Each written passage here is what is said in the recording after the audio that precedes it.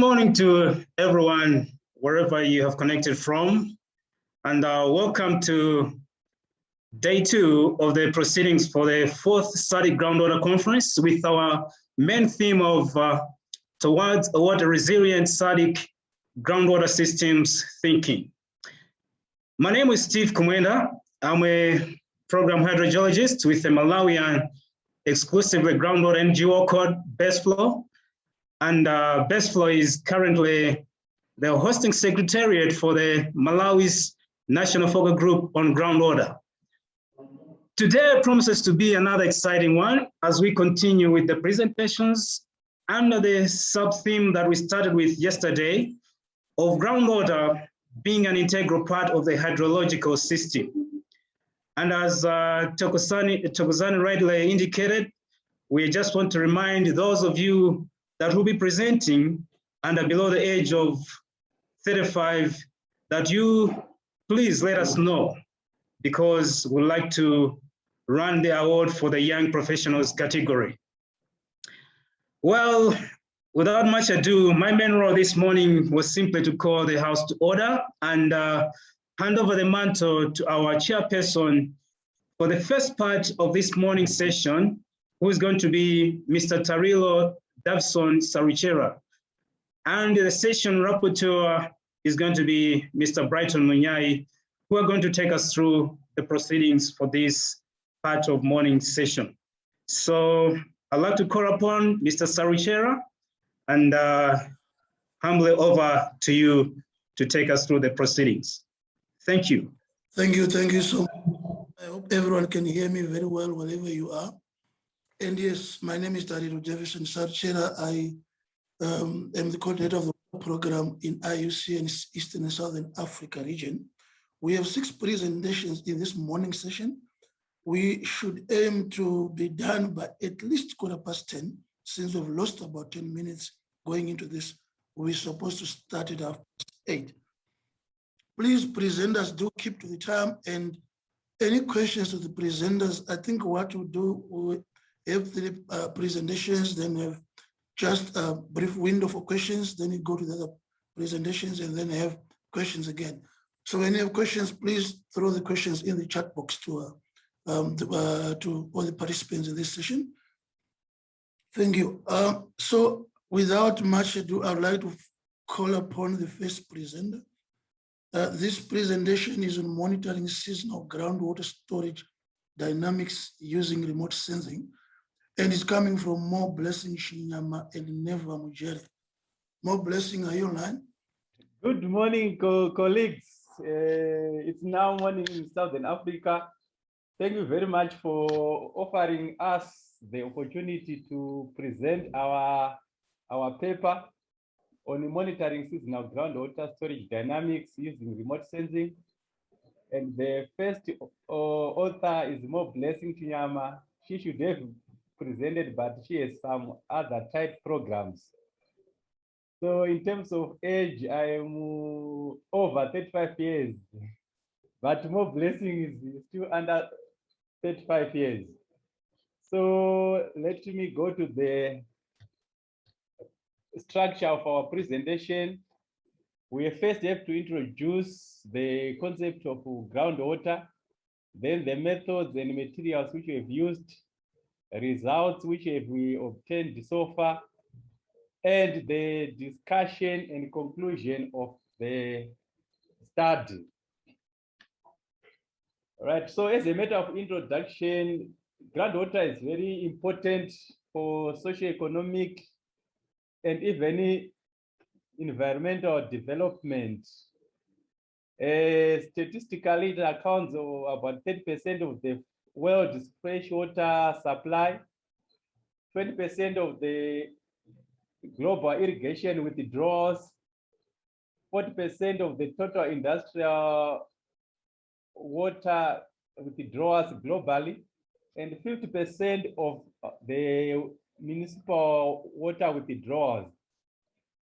With the advent of climate change, which is now a topical issue, groundwater is seen as one of the coping mechanisms against climate vagaries because of its low rates of evapotranspiration, so it slowly responds to climate change as opposed to other surface water resources. Also, safe drinking water like groundwater is rather more safe than surface water in terms of microbiological, physical, and chemical pollutants. So it is very critical in achieving the UN Sustainable Development Goal number 6, which specifically touches on safe water, and also Africa's agenda for development by 2063. And in Zimbabwe, we've got the National Development Strategy 1, where number 14 touches of natural resource management, of which groundwater is also a natural resource, and the country's Agenda 2030, in which Zimbabwe aims to become an upper middle income economy. So groundwater plays also a significant cross-cutting role. However, this groundwater is often affected by competition from rising population, agriculture, industry, and one of the challenges of groundwater is it is relatively difficult to identify, quantify, and even to monitor. So it is very important to monitor groundwater resources for sustainable use and decision making. Traditionally, we've been using some field-based methods, such as using some well observations. However, these are expensive in terms of money, material, and time, and they have limited spatial coverage. This is very important when you look at arid and semi-arid areas which are poorly resourced, and they've got obsolete and even some non-functioning groundwater monitoring stations. So with the advent of Earth observation techniques like satellite remote sensing and the unmanned aerial vehicles, these have got high frequency, and also they are relatively cheap and offer rapid approaches to monitor groundwater resources. So in this study, we've used the gravity recovery and climate experiment satellite data to show the spatial variation of groundwater resources in Zimbabwe. So the GRACE satellite data use some gravity anomalies trying to map the variations in groundwater across a landscape or a region. So the study area is the Zimbabwe. This is the map of Zimbabwe showing the catchments in the country. To the left of my screen, we've got these catchments, and also the left. To the right is the groundwater map or the aquifer map of Zimbabwe. Basically, Zimbabwe, the large part of Zimbabwe is occupied by basement aquifers. And these are made of granitic rocks, and they've got a low groundwater potential. And the yield is also very low. So the method which we've used the GRACE satellite data, which is obtained from the NASA website. We've used monthly data, which was in text format, which is spanned from 2011 to 2017. And the data were imported and processed in a GIS. Since the appointed data, to show the spatial distribution, we used some interpolation technique, which is ordinary kriging, to develop the maps which show the spatial variations of the groundwater resources in the country and how it varies over time. So seasonally, we grouped our maps into the dry and also the wet season. The dry season, which spans from April to October, and the wet season spanning from November to March. So the results for the wet season, showing the spatial variations, the spatial and even the temporal variations of groundwater resources in Zimbabwe. Right. It is also clear that there was increase in groundwater resources to the north and also to the east of the country. However, in the western and also some northwestern sides of the country, groundwater resources, the storage changes was rather low. So the line graph shows the changes in groundwater storage, and it is also clear that it's rather like the pattern is very clear, and some years we have experienced the positive change, which is it increased, while in some years like 2011, 2013, and 2016, it experienced a negative change, so it declined in the areas. So for the very spatial temporal variation of groundwater during the dry season, the pattern is rather or more similar to that of the wet season, though there are some changes. Especially for 2017, it is we find out that almost the northern part experienced a low change in the groundwater fluctuation or storage changes, and the western side of the country are experienced very low, while the eastern parts are experienced high groundwater storage changes, meaning that the groundwater was increasing. So what we've observed that there are some significant variations of groundwater levels within and even between the seasons. So the general pattern is that the storage levels decrease from north to south and from east to west.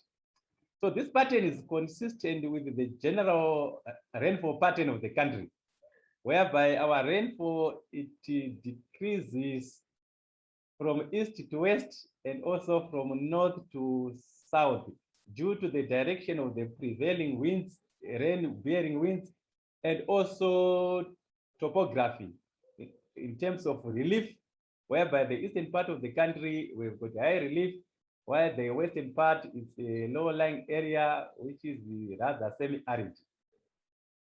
So during the wet and dry seasons of 2015, almost 75% of the country had high groundwater storage. So in conclusion, this rapid approach can be used to infer the characteristic and the changes in groundwater, and it can also be used for planning our water resources and for climate change adaptation and the mitigation measures, whereby knowing the pattern of rainfall groundwater change, we can also employ some sustainable measures to not to mine the groundwater, but to use it sustainably. Thank you for your attention, colleagues. This is the end of the presentation. Also, thanking you for allowing us to present in this conference. Thank you. Thank you, Neva, and well done on time. I hope everyone is going to be as judicious as you were. You did that exactly in 12 minutes. Thanks. We want to move to the next presentation. Please, may participants note that you can pose questions to Neva and his co-author there in the chat box. So after the third presentation, then you come back, ask the presenters whatever questions we have received from you. So the second presentation is on approaches and considerations for evaluating and managing the impacts of groundwater abstraction on GDEs. This is a literature review from Brighton Munyai and Modric Gomo. I don't know who is making the presentation between Modric and Brighton. Please take the floor. I'm going to talk about the main findings from a literature review centered around approaches and considerations for evaluating and managing the impacts of groundwater abstractions on GDEs. And this work is a literature review of a bigger work that we are doing under the supervision of Professor Modric Gomo of the UFS. My name is Brighton Munyai. I am with the SADC-GMI and also registered as a PhD candidate with the University of the Free State. So just to get us started, I'll try and just put the GDEs into perspective. What we have on the left are some of the GDEs typologies that you can expect to find. And we understand them to be ecosystems that rely or directly or indirectly on access to groundwater. And they are often susceptible to changes in the groundwater hydrology. It could be temporal or spatial, and also quality. So, but in this study, we are focusing on the water quantity, the quantity of water in the GDEs, or that is available to the GDEs. The study does not look at the quality. So just to get us going, some of the benefits of the GDEs to the communities or to the human beings is that they provide fish and fisheries, flood control, grazing during dry periods or prolonged droughts, providing base flow to rivers, water purification, pollinator habitat, water supply, and recreational opportunities. Okay. So putting this into perspective further, the work that we are doing is centered in the Kakia-Brai transboundary aquifer. I've deliberately avoided the word dolomite because part of the work that I'm not talking about in this presentation looks at refining that boundary of the TBA beyond the dolomite unit. But just trying to bring the problem to the fore, there has been some work that was done on the South African side, which supports the first bullet that talks to the increasing pressures on groundwater and also resulting from climate change. So on the South African side of the transboundary aquifer, the Kakia-Brai transboundary aquifer, whose approximate position is shown as a F6 on the map on the right, it has been noted that there's a significant increase in abstraction of water, mainly for commercial agriculture. And this significant increase is also coming with a significant drop down in the water levels that are found in the aquifer unit on the South African side. It is also noted that literature reviewed reference to the conceptualization of GDEs in TBAs is generally lacking. And more so, it is particularly obvious, and that lack is particularly obvious in the SADC region. So in order to manage the groundwater resources in the TBA sustainability in light of the above, impacts of abstraction, including climate variability and change, need to be understood. So the next part of the presentation just gives an overview of how these GDEs interact with groundwater. So you have the terrestrial GDEs. The diagram on the right looks at what we expect to happen to the groundwater dependent ecosystems as a result of the drop in water levels that normally accompanies aggressive or increased abstractions in groundwater levels. So that's just to summarize what we expect to happen. And the deterioration in the vegetation is the hydraulic head drops. Also, there's work that was done by Lekula in 2018, which also highlighted this phenomenon in the Kalahari vegetation, where you have deep roots and also a large evapotranspiration potential. I'm mentioning this because it has got relevance to the work that we are doing in the Kakia-Brai dolomite aquifer or in the Kakia-Brai area. So that's the conceptualization of what we expect to happen. With regards to terrestrial ecosystems, if pumping is increased or if pumping is happening beyond the sustainable limits, you expect the movement from A to C, and also our GDEs end up as losing systems. And the same conceptualization that is shown here as a stream also applies to ponds that you might find that people will talk about later in the session. That same conceptualization is anticipated as a result of increased pumping. So in looking at the approaches for assessing groundwater and GDE's status, we note that the protection of GDEs is not straightforward due to the existing gaps in knowledge of the characteristics and dynamics of the interaction between groundwater and ecology and the diversity of GDEs. So you are looking at an interface of the ecology, biodiversity, and the groundwater conditions, and that knowledge is not very obvious. Understanding the relationship between groundwater level depletion and ecological status requires a combination of methodologies of assessing the state of GDEs and the groundwater quantity, temporary and spatial variation. So again, you are looking at the coming together of two professions or two expertise to understand what is happening there, and that we require a number of methodologies. And then protection of GDEs is centered around managing the groundwater levels. Remember, I said this study is focusing on the water quantity, of which water levels is the proxy of managing groundwater levels at limits that provide sufficient flow and access to groundwater in the GDEs. So that's the thinking behind the approaches that we'll discuss. So an overview of some of the methods that are used to estimate groundwater depletion, which then becomes an input into our understanding of the dynamics around GDEs. We have what are basically classified as the volume-based methods, which looks at the hydraulic heads, just in situ measurement of hydraulic heads, and you talk of the resolution, which is very high, and also going to the data availability on the extreme right, which I think is a very important component when one is trying to look at how to do this. The previous presenter spoke about the use of GRACE, and also the availability is also freely available, but there are issues to do with scale and also some issues to do with downscaling from that scale if you intend to use them at the local level. Groundwater models, data availability can be high, and availability depends on the model group.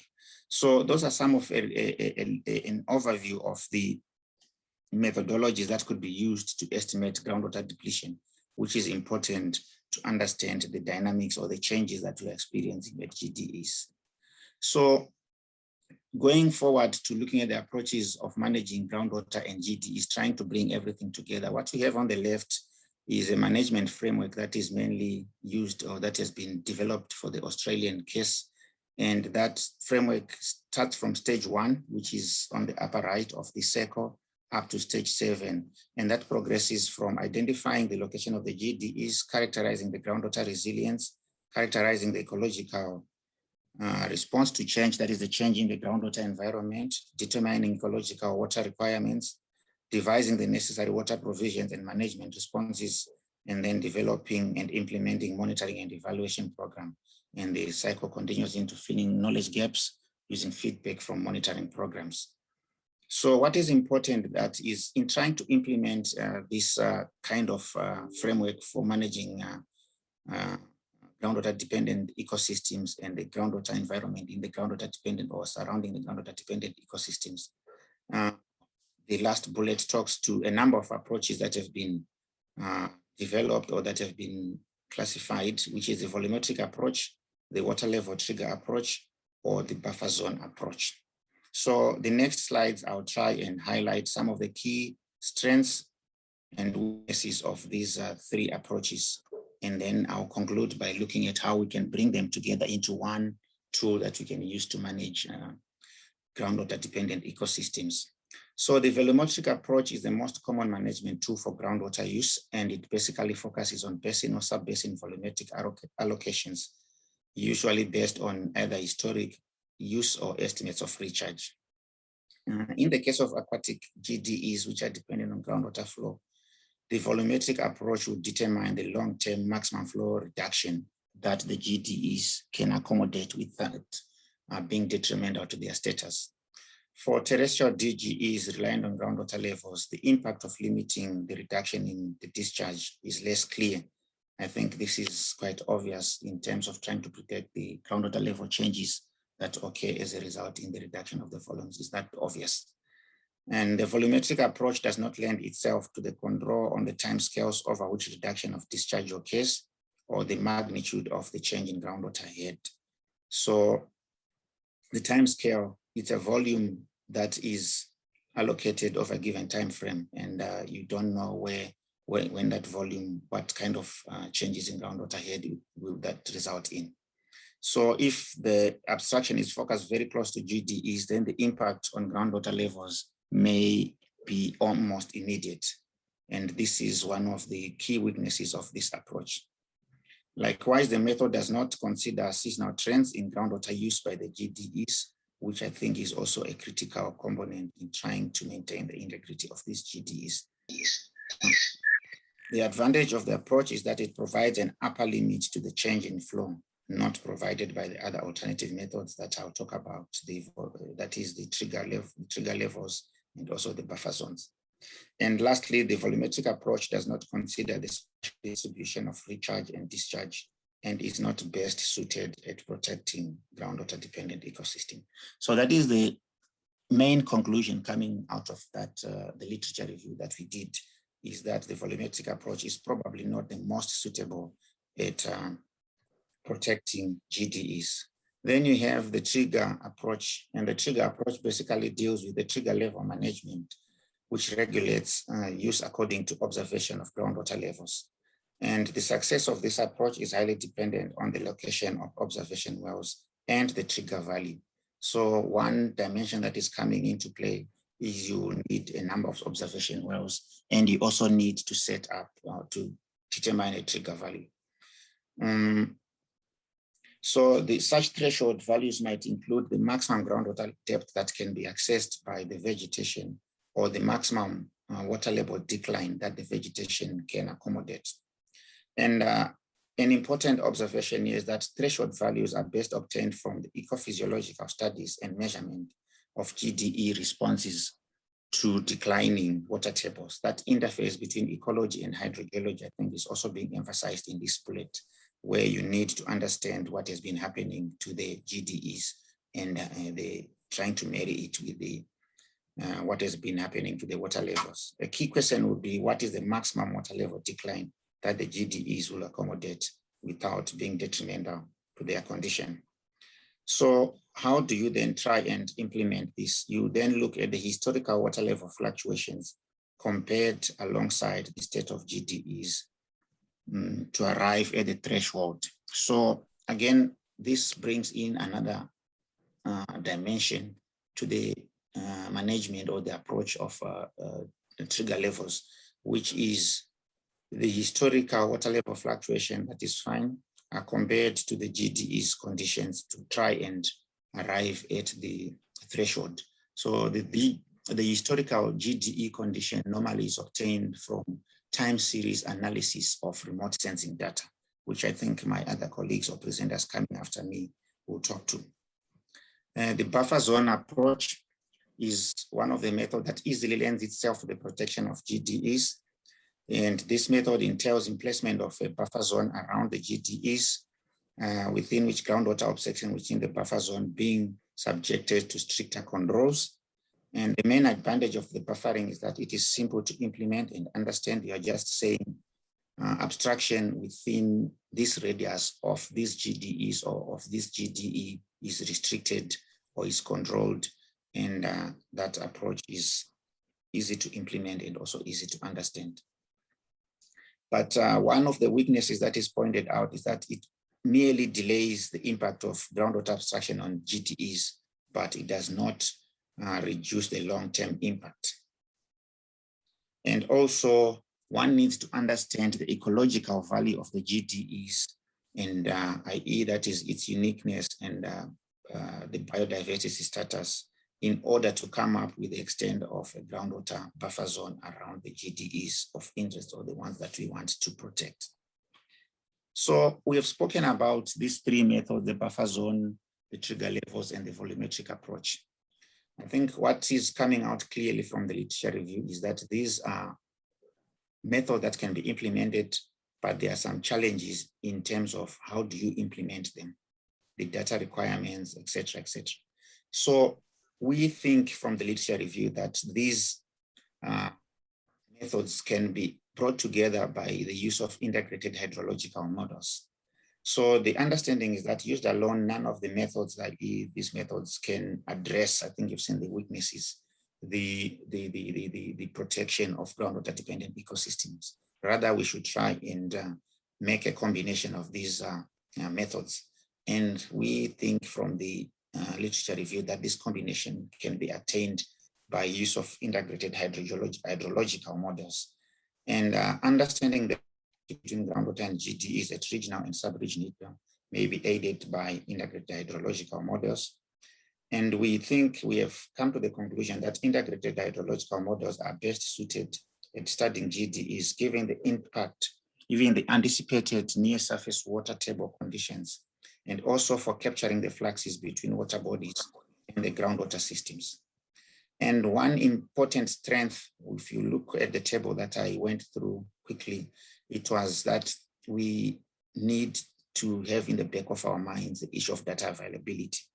And these integrated hydrological models, as observed by Lekuka and Lopsinki in 2019, yesterday they did now in 2019, they circumvent the challenges of limited data, especially in the environments that we work in the in Southern Africa, through the use of remote sensing data sets.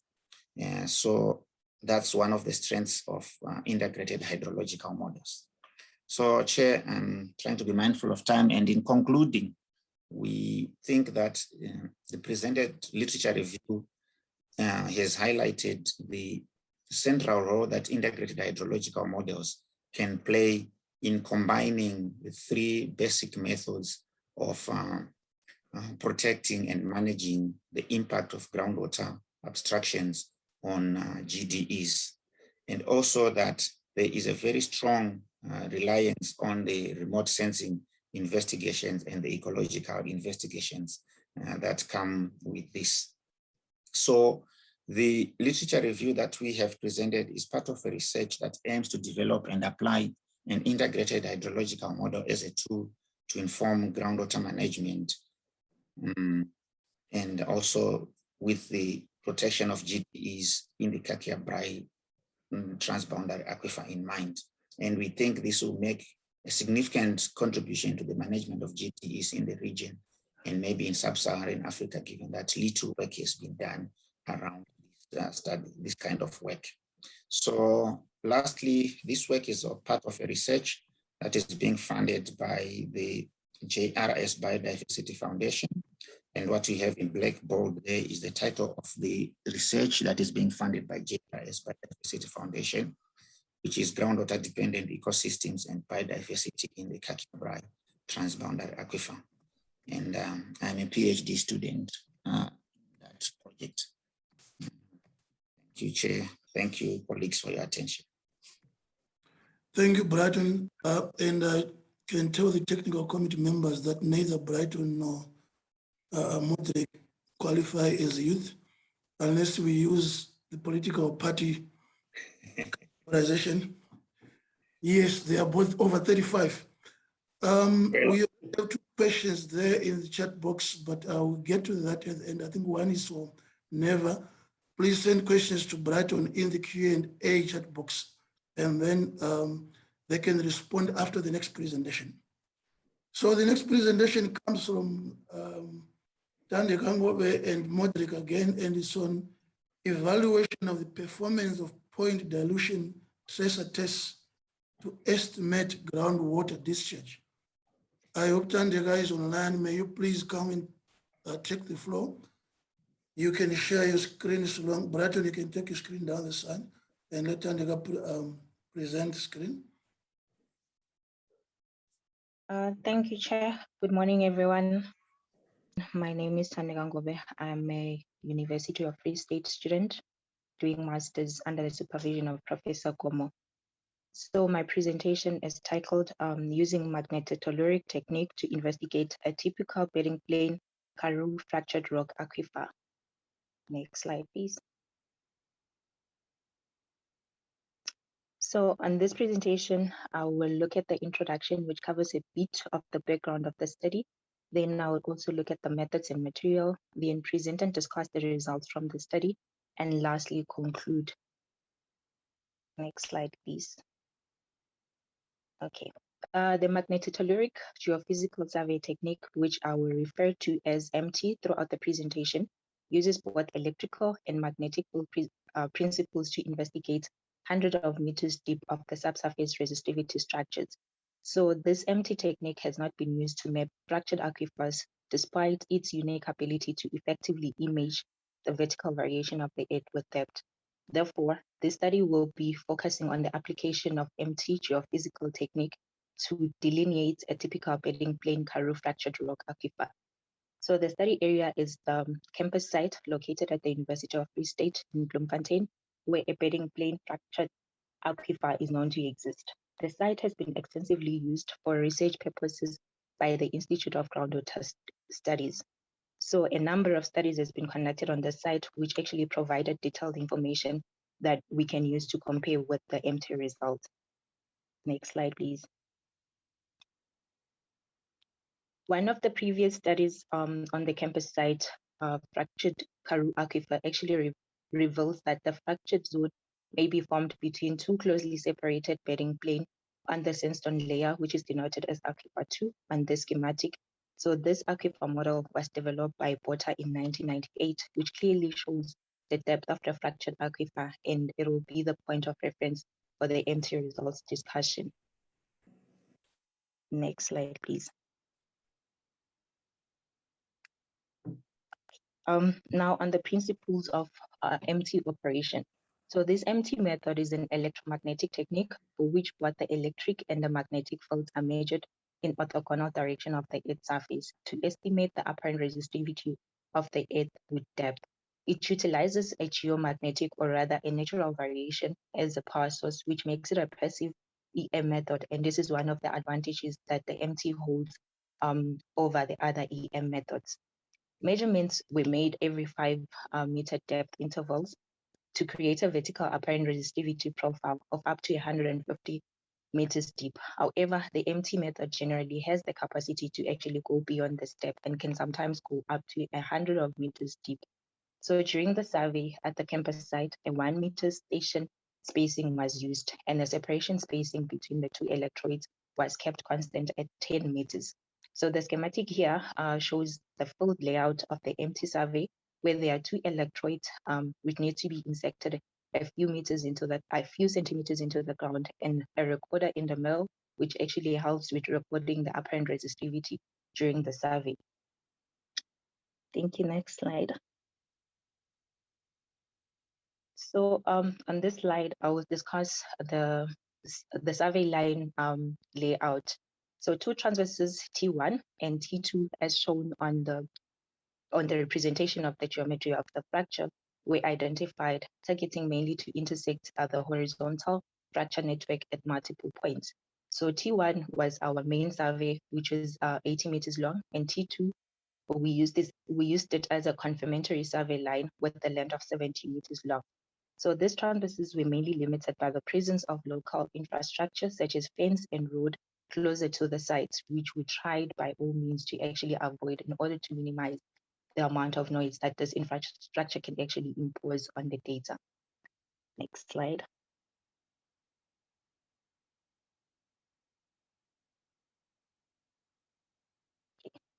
Our first point of interest from the main survey line T1 was the first point where the transverse line actually intersected the fracture at a known position of the fracture occurrence, marked as a small triangle.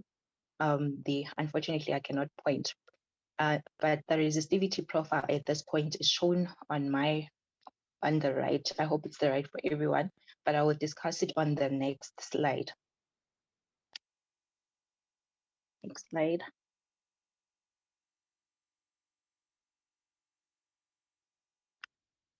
Okay. Still on the same graph, but now still on the same transverse line, but now it shows the apparent resistivity profile of between 0 and 150 meters deep.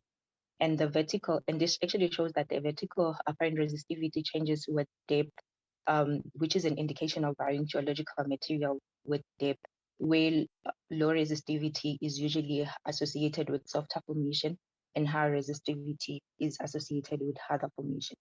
So there are studies that actually suggest that low apparent resistivity of less than 0.05 kiloohms meters are a typical indication of saturated groundwater bearing zone. This suggestion was made by Professor Gomu this year, 2021. Next slide. Still on the same position, but now zooming into the 40 meters deep profile, it becomes quite visible that the apparent resistivity is actually very low at this position. It's less than the 0.05 kiloohms meters at a depth of 25 meters deep. Can you please press next, Brighton? There's an animation that is supposed to come up.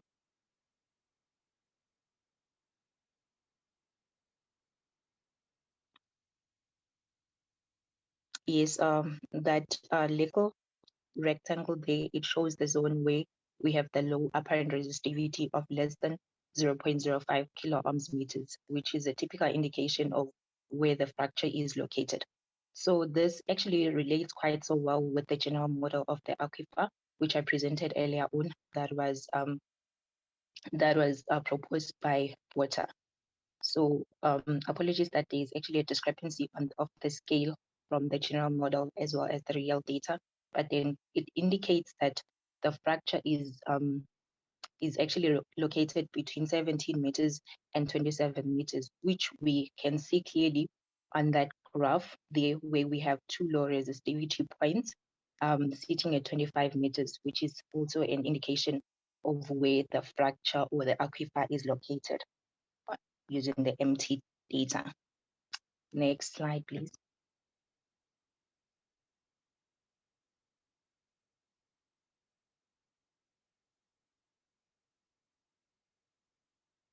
Okay. Now moving to the next position, where the survey line now intersected the fracture at multiple position, and also zooming into the top 40-meter layer, the lowest apparent resistivity is still sitting at 25 meters for all the MT stations that actually intersected the fracture at this position, which also relates quite so well to the previous profile and also to the two porters model. Please press next to show another animation.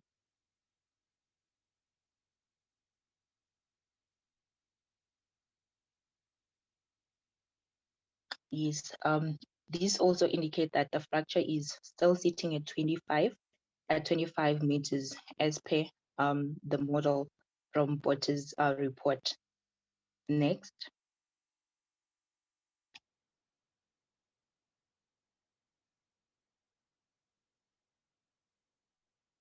Okay. Still on the same survey line, but now looking at a different position, a position outside the fracture, and zooming into the 40-meter layer. The apparent resistivity profile now tells a different story from what we saw from the two previous points. It shows a high resistivity throughout the 40-meter profile, which actually shows that there is no zone of where we have less than 0.05 kiloohms meters, which suggests that there's a groundwater bearing zone. So in this profile here, we see that there is actually no indication of a groundwater bearing zone present, which was picked on the other two previous scenarios. Next slide, please.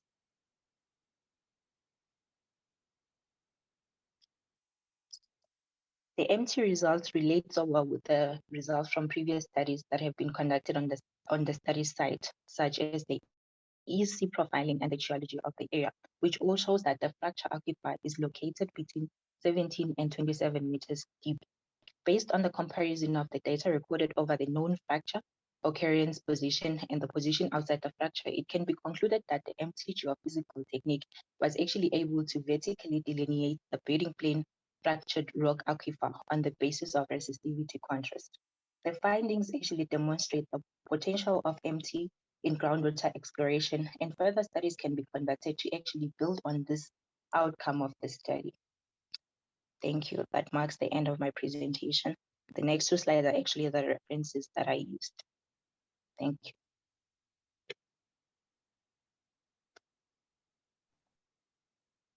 Thank you, Tandika, and you did excellently on time.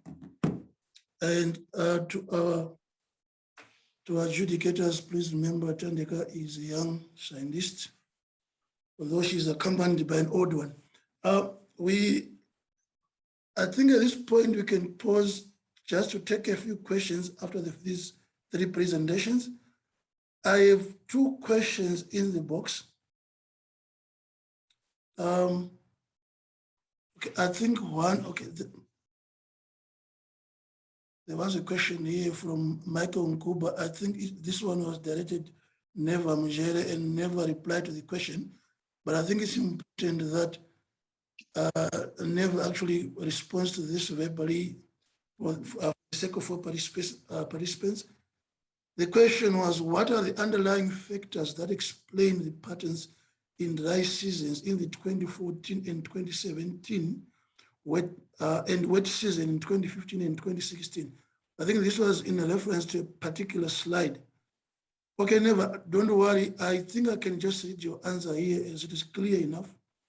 So Neva replies that in both 2014 and 2017 dry seasons, groundwater was increasing, and in 2016 wet season, it was decreasing.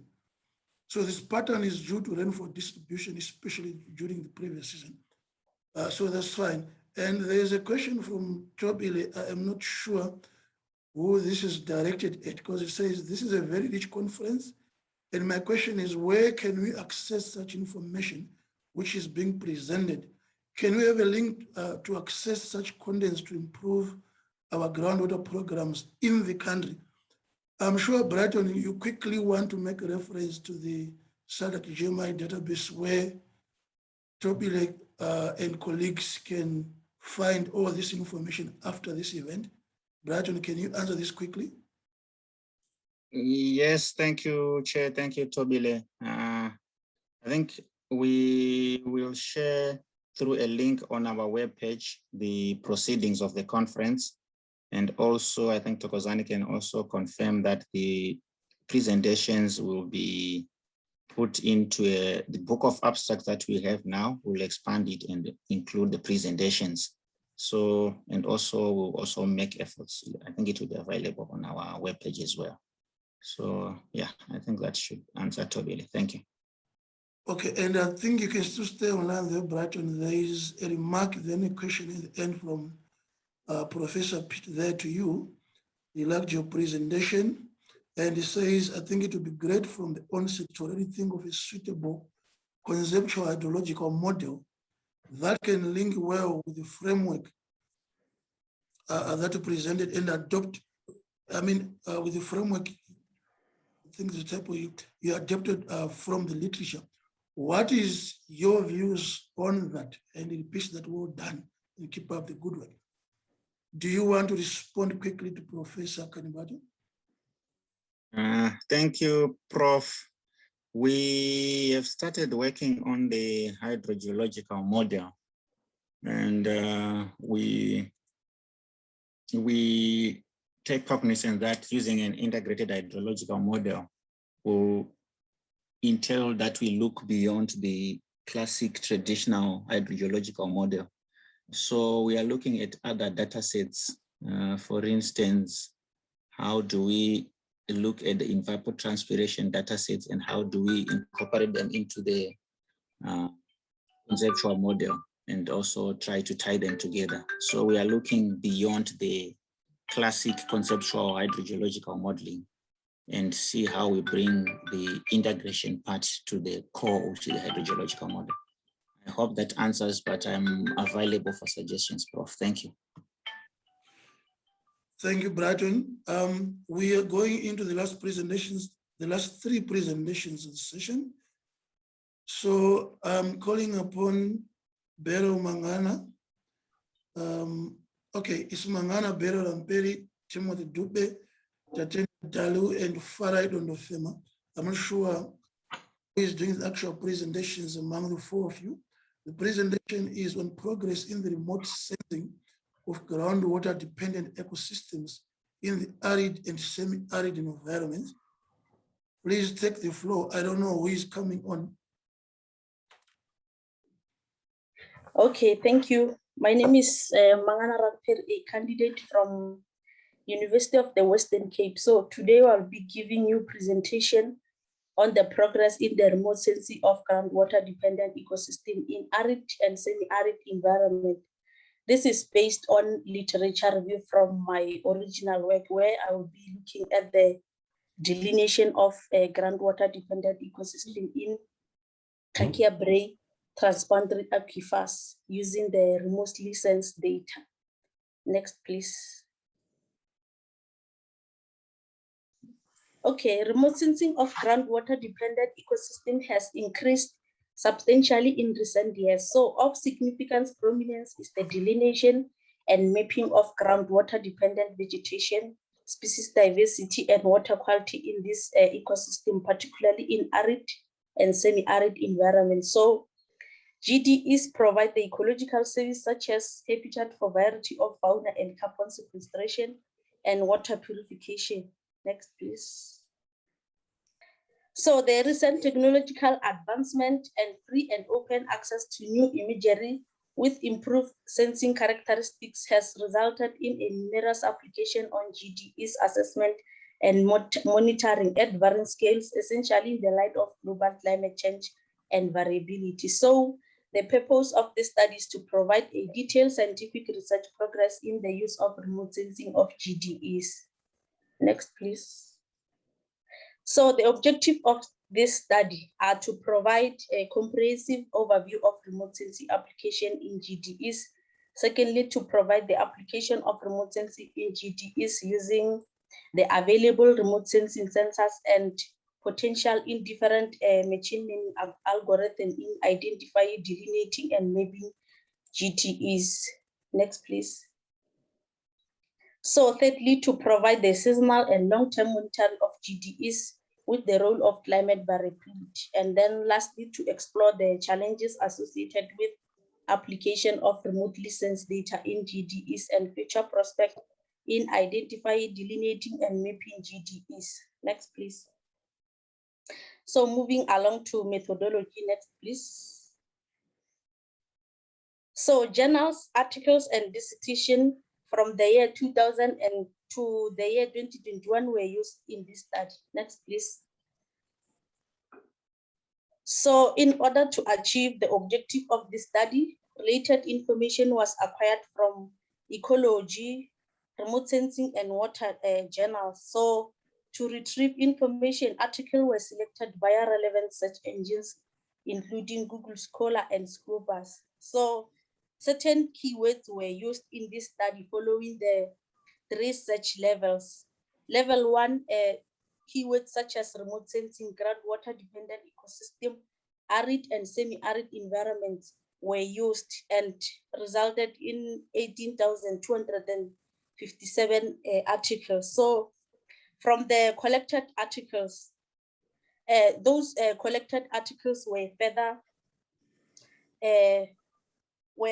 subjected to level 2 search, where keywords such as multispectral sensors, hyperspectral sensors were used and resulted in 1,344 articles. So the collected articles from level 2 search were also further subjected to level 3 search, where identification and delineation were used as main keywords.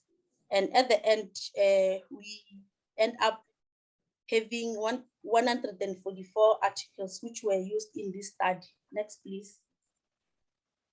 So moving along to the results. Next, please. So the result of this study indicated that there is a progress in the use of remote sensing in GDE. So figure 1 shows the remote sensing publication growth in GDEs between 2000 and 2021. So 2018 is the year with the most published articles in the use of remote sensing in GDEs. So from 2019 to 2020, there was a decrease in the publication of GDE studies using remote sensing. So, however, from 2020 to 2021, there's an increase in the publication of GDE studies using remote sensing. Next, please. So we also investigated the remotely sensed method used in GDE, where multispectral data, machine learning algorithm, especially spectrally derived indices and image classification and digital elevation model have been used in GDE studies. So figure 2 shows the number of satellite data application in groundwater dependent ecosystem study, where Landsat is widely used, following by Sentinel-2. So in terms of machine learning algorithms, we are having spectrally derived indices and image classification. So in terms of spectrally derived indices, normalized different vegetation index and normalized difference water index were widely used in GDE studies. So in terms of image classification, random forest and support vector machine under supervised classification were commonly used in GDE studies. Next, please.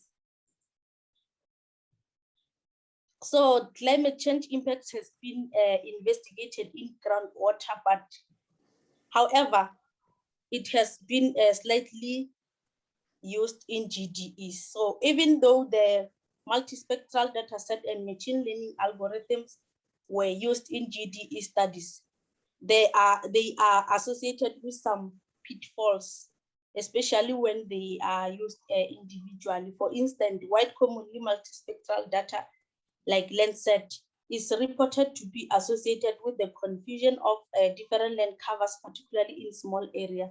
And also NDVI result in poor performance in sparsely vegetated area and its saturation in densely vegetated area during the peak phase. So the technological advancement in remotely sensed data set improve on the characterization and understanding of GDEs. Next, please. So in discussion, multispectral data set, especially Landsat 8 Oli and Sentinel-2, are widely used in GDE studies due to their technologically advanced characteristics. So indices such as NDVI and NGWI are also widely used due to ability to extract GDE's aspects such as vegetation and water respectively. So in terms of machine learning algorithm, such as support vector machines, is commonly used since it enables the user to change the parameter setting and adding training subsets. Next, please. So climate change impact has been investigated in groundwater and slightly in GDE. So the most impacts were found to be the decline in groundwater recharge. So the availability of technologically advanced multispectral data like Landsat 8 Oli and Sentinel-2, together with supervised classification, coupled with machine learning algorithm improved indices like NDVI and NGWI, ancillary data like digital elevation model and climate variable can offer a great opportunity for GDE assessment and monitoring. Next, please. So we conclude that the advancement in remote sensing provide the unique opportunity to assess and monitor GDEs in this climate change environment. So although the remarkable progress has been made, this review has revealed the need to further remote sensing and geospatial analysis study to map and characterize the seasonal variability, as well as long-term changes in GDE in the face of climate change and variability, as well as water security, particularly in data-limited environment. Next, please. Okay, so I would like to acknowledge the following institution for making this study possible. Thank you. Thank you, Mangana. That's a very informative presentation there, and you did excellent on time as well. Colleagues, there is another young scientist, and please pose your questions in the Q&A button. In the interest of time, I'll quickly move to the presentation by Kudzai Mpakairi. Tukazan, please put down the presentation so that Kudzai can share the presentation. And the presentation from Kudzai is also with Timothy Farah and Tatenda. It's curiously titled Finding the Needle in a Haystack, Satellite Remote Sensing and Priority Conservation Areas in Groundwater Dependent Ecosystems. Could you please take the floor and please mention if you're a young scientist as well. Over to you. Good morning. Thank you. What an introduction to the presentation. Yes, I'm a youngster and young professional. Yes. Thank you for the time. And I hope everyone has been enjoying the conference this far. As presented, my name is Kudzai. I am with Timothy, Farai, and Tatenda. Specifically today, we'll be talking about satellite remote sensing of priority conservation areas in groundwater dependent ecosystems, finding the needle in a haystack. I'm from the University of the Western Cape, along with Timothy, and Farai is from the University of Venda, Tatenda is from the University of Mpumalanga, and South African Institute of Aquatic Biodiversity, as well as the Aquatic Systems Research Group.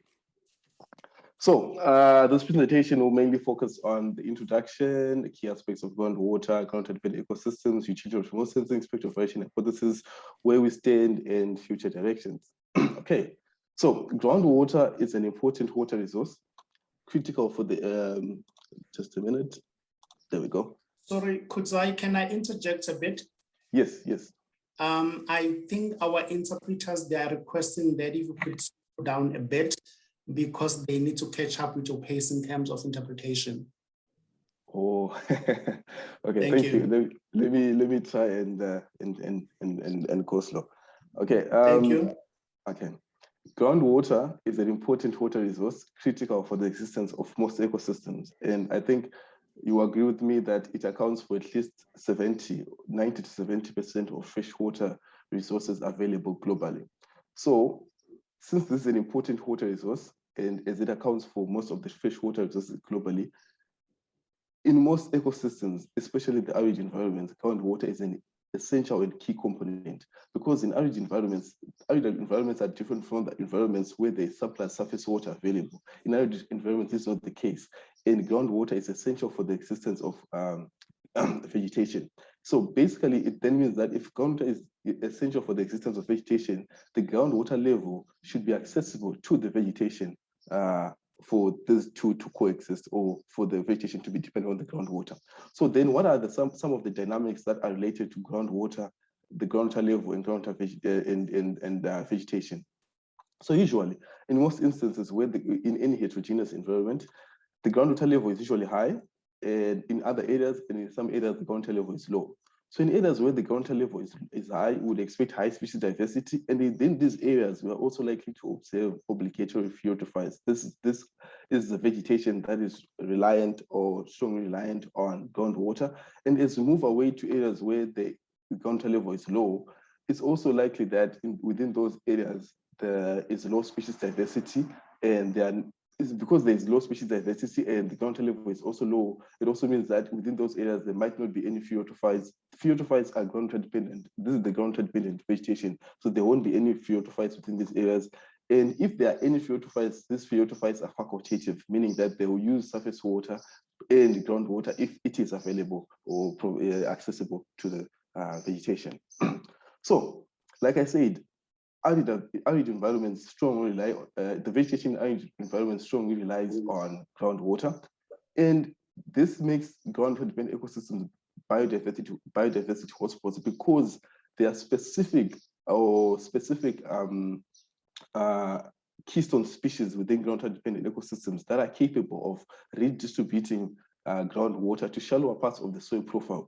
As they redistribute this water to shallow parts of the soil profile, they create an oasis of biodiversity, because some other species are now capable of coexisting or existing within the same space, even because these species, when they exist in other environments, they cannot because of the water restraints. But now, because now this water has been brought down, it's been redistributed to shallow parts of the soil profile, from this keystone species, GDEs become biodiversity hotspots. So because we now know, we also understand that highly diverse ecosystems are likely to be more healthier than less diverse ecosystems. This means that within our GDE, if or in any ground-dependent ecosystem, if we are capable of identifying those biodiversity hotspots, we are more likely to conserve, or we are more likely to easily identify priority conservation areas within that environment. But I mean, in any instance or in any circumstance, there are major challenges in terms of conserving ground-dependent ecosystems. And some of the challenges include the fact that there are competing claims to groundwater use for ecosystem or livelihood needs. For example, in South Africa, 74% of the South African rural population strongly relies on groundwater for irrigation, for agriculture and household needs. And you also realize that there are not so many monitoring programs, strategies, or policies that are in place in terms of conserving ground-dependent ecosystems. And then the current techniques that are available are limited in spatial coverage, and we need spatially explicit techniques in terms of conserving or monitoring our ground-dependent ecosystems.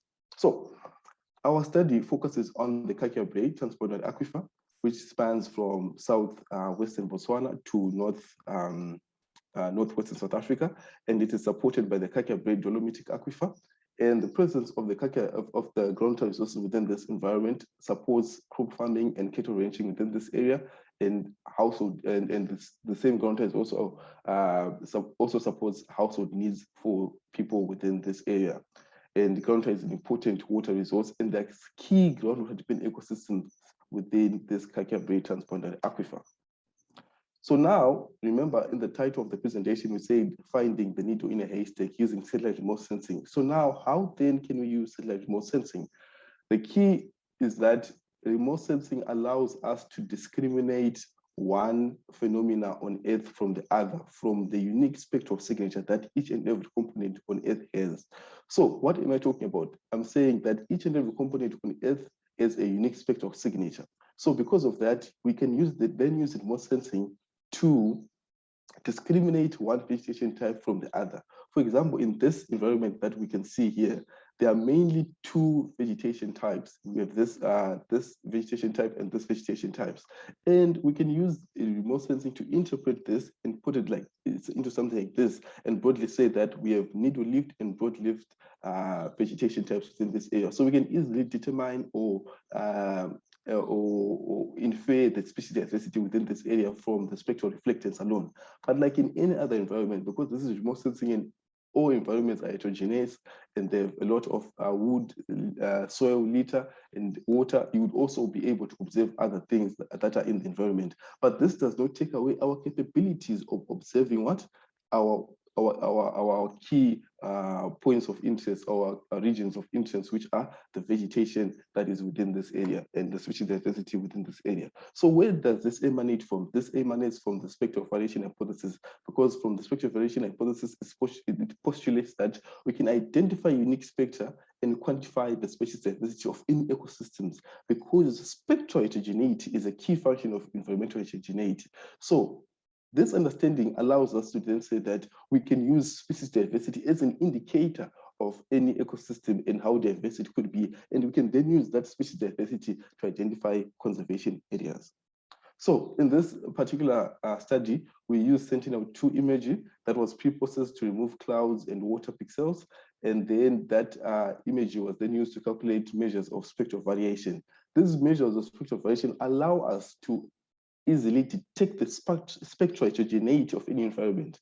And from that, we can then use that to actually calculate our species diversity. So measure of spectral, we used 13 measures of spectral heterogeneity, and then those measures of spectral heterogeneity were all used to then calculate what we call the RIO-Q, which is a remote sensing measure of species diversity. And this measure was then later on validated using field data. So of the 13 measures of spectral variation that we used, at least 4 measures retained satisfactory results, and the other 9 measures could not retain results. At least 50% of the study area, the results could not cover 50% of the study area. And from the 4 measures that retained, key measures were the coefficient of variation and when all the spectral bands were used. These 2 are key because they had the highest relationship to field measure data. a relationship of 0.61 and a relationship of 0.30, which were all significant. So some people can then actually say that, no, but this is low. Believe it, this is quite high for as compared to most of the studies that have tried to use remote sensing to measure species diversity. So now that we are certain from our measures of spectral variation, what then does it mean? So this is the first one is the old spectral bands, and then this one with the normalized difference phonology index, and then the C is for the coefficient of variation, and lastly the principal component. Where are the priority conservation areas? Where is the needle in the haystack? We noticed that key or species diversity was high along roads, and this specifically because roads are routes within the TBA, and these are routes that are likely to facilitate seed dispersal, and these areas are more susceptible to developments, road development and construction. So there's likely to be invasive species within or along those roads. So these areas now are more likely to be invaded by invasive species. That's why we notice that they had high species diversity. And then we move on to our along fence lines. We also know that there was high species diversity along fence lines. This is mainly because the vegetation along fence lines is mainly used to demarcate one property from the other within this area.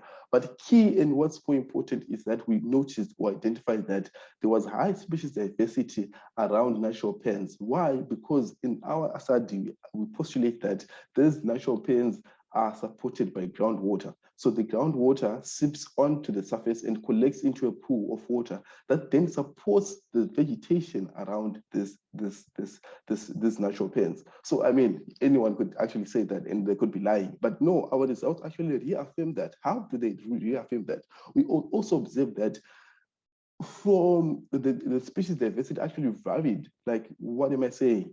With increasing distance from the natural pen, these are the wet natural pens and dry natural pens. With increasing distance from the natural pens, species diversity also decrease. And this was the same for the wet natural pens and the dry natural pens. So definitely our results are reaffirming. So what now we know what's next. What's next is that in those areas that are within the Kakia Brae that we've all managed to identify with invasive species, we need to constantly monitor those areas so that we can remove the invasive species. And also we need to now constantly give a closer look at those ground-dependent vegetation around those natural water pens. And since in those areas, there might be keystone species or there might be regionally restricted species that are endemic to that region that might not be able to survive in other regions. So now that we can monitor, how can we monitor clearly from our results so that we can use satellite remote sensing, but it also means that we can use other better techniques that are also available, like the use of unmanned aerial vehicles to also be able to identify priority conservation areas within our ecosystems. So by doing that, it means that we save in terms of where we put our money, because you agree with me that effort is important, but knowing where to put the effort makes all the difference. So now this is the difference, that where now as SADC is globally or regionally, we can say that these are key priority conservation areas. Let's focus on these areas. Let us try and conserve these, because we know for a fact that conserving units might actually help us conserve the whole, but conserving the whole might not help us conserve the key units that constitute or make the whole. By so doing, we present a greener and better future for the next generations to come. Thank you very much. This is the end of my presentation. Thank you, Kudzai, and also thank you for sticking with the time. Colleagues, in this session, I think you'll be happy to hear that you're talking to people beyond just the SADC region. We actually have participants from Germany and from the Philippines in this session. Well done to whoever was marketing this event. Please keep posting questions to presenters in the Q&A platform there, as I call upon the last presenter in this session. May I please ask Tafara Frank Bute to take the floor. Tafara is a present. Sorry. Okay, thank you. I'm on it right now. Okay, thank you. Well, my name is Tafara Frank Bute. I'm currently studying my master's at Rhodes University. and I'm working on microbial dynamics in the current project, the Kakia-Brai transboundary aquifer. And my supervisors are Professor Ryan and Tatenda. So to going into the background of the study, this is generally into transboundary aquifers, which are an important component of global water systems. And in these systems, we find freshwater pan ecosystems. And certain freshwater pan ecosystems are fed from underground water reserves, and they support a range of aquatic biodiversity, as highlighted from this picture, which was taken from our study area in the Northwest province of South Africa. Okay, so in these systems, microbial communities, they contribute to ecological health. And as depicted here, they form a microbial loop, which is a trophic pathway in which dissolved organic carbon is returned back to higher trophic levels through its incorporation into bacterial biomass.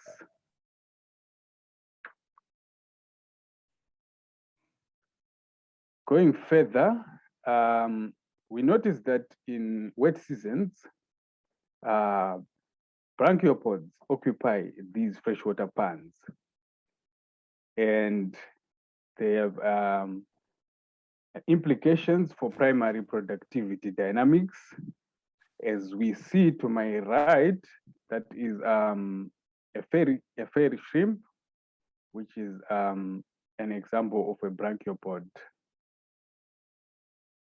There is generally overexploitation of groundwater from the Kakia-Brai system, mainly for agriculture and for domestic use, which has greatly reduced the amount of water which is available to support aquatic biodiversity in these areas. And this has got implications for primary productivity dynamics. And due to this abstraction and coupled with erratic rainfall patterns, we notice that these ponds they are not filling to their maximum capacity. Therefore, it's important to investigate what effect this has. If they are not filling to their maximum capacity, what biodiversity can we be losing? So there is no knowledge on how loss of microbial diversity will impact the ecosystem functioning of these freshwater pan ecosystems. So the objective of this study aims to conduct a baseline ecological assessment of microbial diversity of these freshwater pans and evaluate its role in the diet of major secondary producers and contribution to extracellular polymeric substances, which is carbohydrate and protein production. So this is the study map of the area in the Northwest province of South Africa, which is close to the border of Botswana and South Africa. So to address my objectives, sediment cores are going to be extracted from the deep to the out, as highlighted in my picture there. And they are going to be analyzed and in further processes that I'm going to further explain as my presentation goes. So the carbohydrate concentration is going to be measured using phenol sulfuric acid assay and protein, the modified Lorry procedure. Next slide. So genetics of this study is going to be carried out using the Illumina MISEC high throughput sequencing. So we are going to use meta barcoding approaches targeting the 16S RNA gene and the 23S RNA gene. Next. And this will be performed using the South African Institute for Aquatic Biodiversity platform at Rhodes University. So this platform actually amplifies sequence and analyze our samples to produce this taxa plot to my right, which shows a percentage abundance of isolated microbial communities. So from this taxa plot, that's where we are going to get our results and make inferences to these variations from our freshwater pan ecosystems. So this study, the results from this study will provide an insight into microbial dynamics and associated extracellular polymeric substance production in relation to productivity dynamics. And this has got some implications for change in climatic conditions and land use in the region. This is the end of my presentation. I thank you all. Well done there in time. Good. So this is the last presentation in this session, and we with a bit of time, I think I can allow just 5 more minutes for questions. We do actually have a question here that from Lufuno to Tandeka. Well done, Tandeka, very interesting. Does MT show the exact depth of an aquifer? And there was a response. Tandeka said, yes, it does show the exact depth of the aquifer, and it generally shows low resistivity at the depth where the aquifer is. So I'm reading this from the Q&A. I don't have any more questions in the Q&A platform.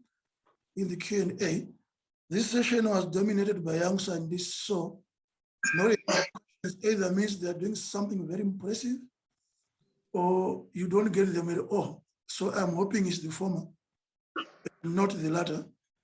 So this is 18 minutes past 10, and I think this marks the end of the session. And I give it back to the program director. Back to you, Steve. Thank you very much, the moderator for this session, David. Unless there will be some questions, but otherwise, this will be time for break time, a comfort break. But otherwise, there have been great presentations undertaken in this session. And thanks, Davis, for the coordination.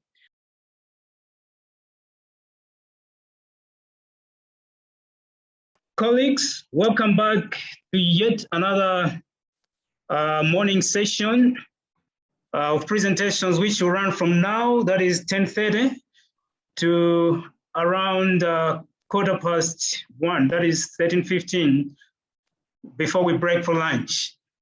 And the chairperson for this session is Ms. Musawenkosi Mwilase, and the session rapporteur is going to be Ms. Tandeka Ngobe. I now hand over to you, Ms. Mwilase. Mr. Mwilase, not Miss. My apologies for that.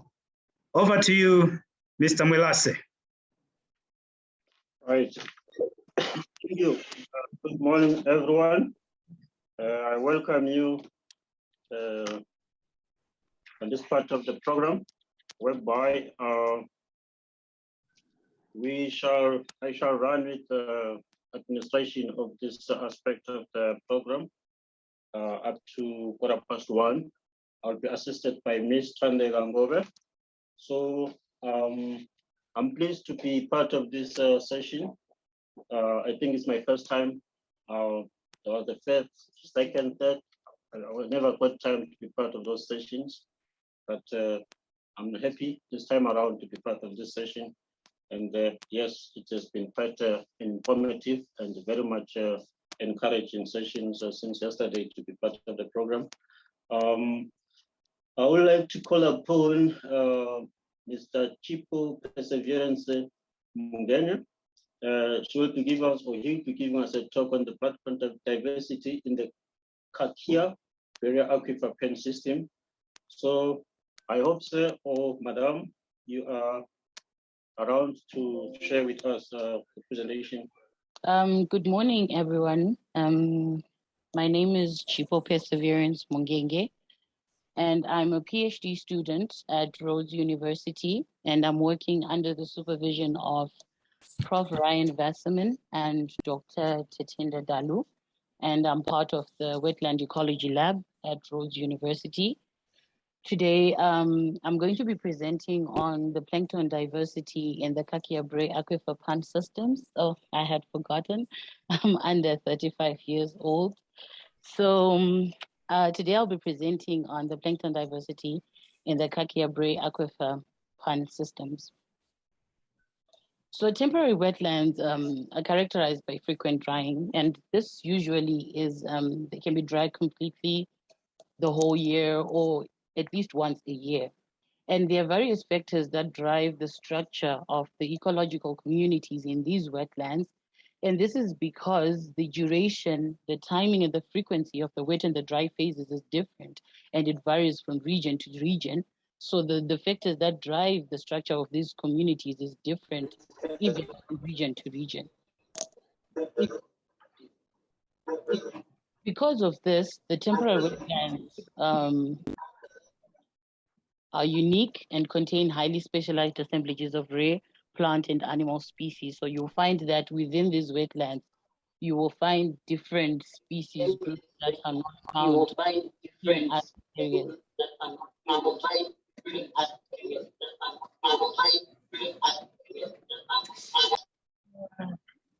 I'm having a feedback. I'm not sure if you hear it. I'm not sure what's happening. Yes, Chipo, also getting the feedback. Maybe it could be one of the participants they have not muted. If we could all mute our mics, please. All right. Okay. I thought. Thank you, Chipo. It's on my end. Okay. So the diversity studies in these wetlands they're important because they help and give information that we need to maintain sustainable biodiversity in wetlands. And they also help in giving us biological indicators of the health of the ecosystem at a given time. On the screen, you will notice that within these wetlands, there's a lot of biodiversity. And to the left, the images that you see to the left are images of phytoplankton that we find in water systems in wetlands. And to the right, you will see images of zooplankton that we find within water systems in temporary wetlands. It is important to understand that for aquatic ecosystems to function, the phytoplankton and the zooplankton are important for the food webs in these aquatic ecosystems. We could actually say that the plankton are the unseen heroes that in these aquatic ecosystems. So although they are microscopic in size, but they provide the base for the entire aquatic ecosystem food web, as you can see in the image. So you will find the phytoplankton at the bottom, and these being producers, and these being fed on by the zooplankton, and the zooplankton in turn being fed on by invertebrates.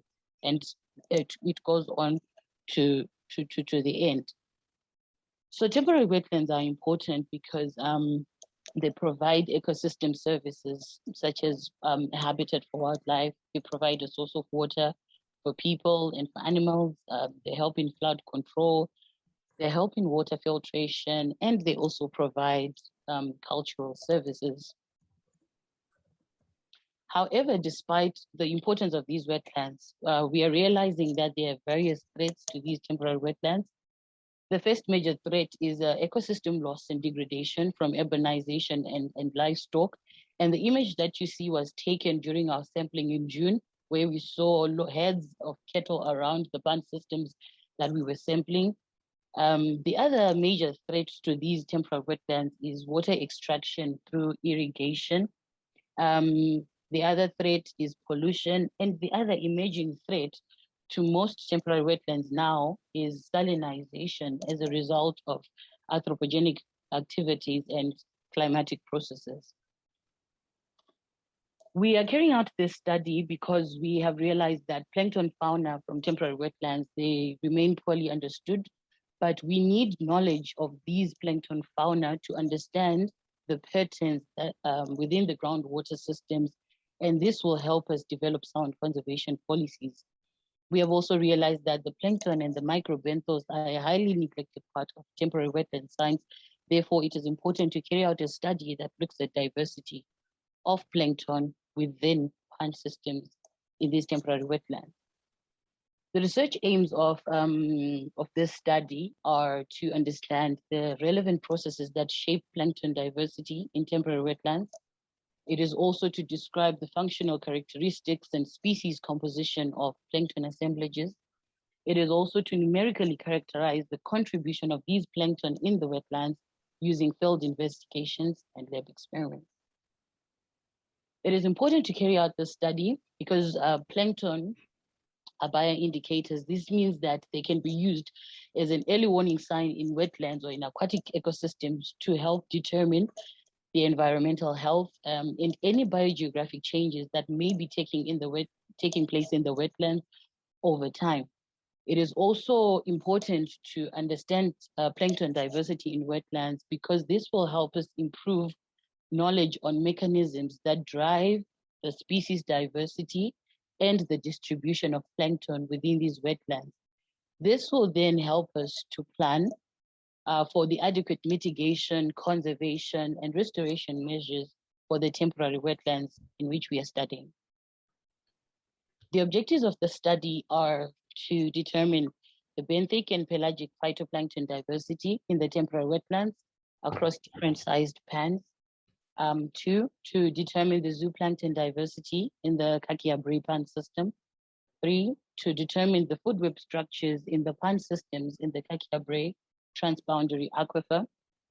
4, to determine the germination success of phytoplankton at different salinity gradients. 5, to determine the hatching success of zooplankton at different salinity gradients.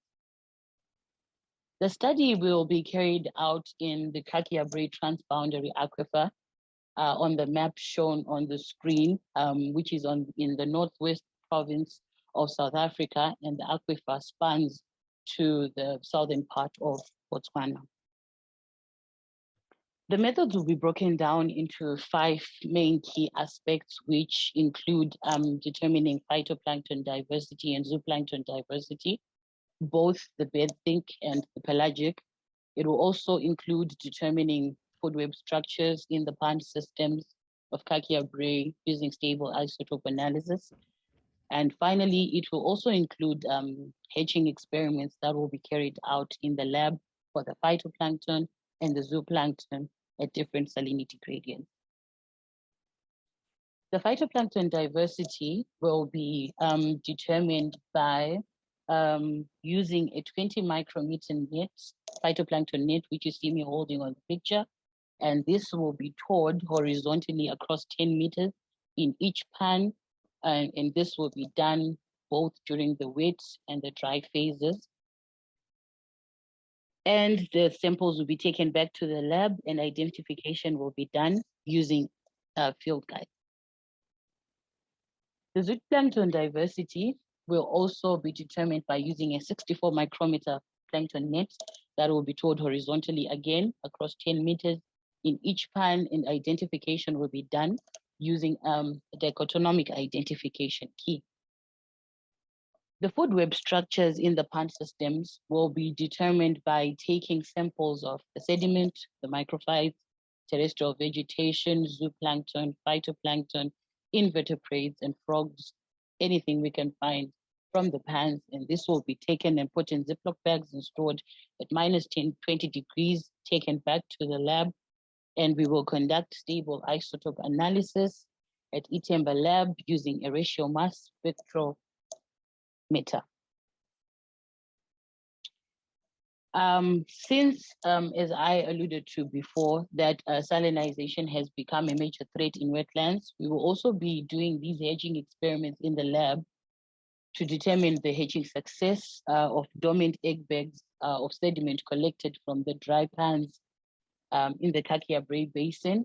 So the sediment samples were collected in June 2021 from 10 dry pans, and the hatching will be done at 18 degrees Celsius, and we will expose the sediment samples to solutions with different salinity concentrations ranging from 0.5 to 10 grams per liter. And we will be sampling from these aquariums at least twice per week for a period of 28 days after we have rehydrated them to see the hatching success. From this research, the anticipated output is that by the end, we hope to create a diversity database on plankton species in the pond systems of the Kakia Brae transboundary aquifer. I would like to thank SADC-GMI for the funding, the Aquatic Systems Research Group, the Wetland Ecology Lab, and the Department of Zoology and Entomology. Thank you for listening to my presentation. All right, thank you so much, Ms. Chipo.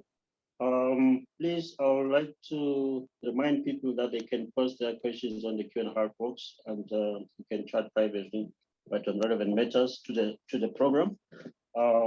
May I, at this point in time, alert the presenters that I'm keeping a stopwatch, so please try to maintain or stick to your allocated time.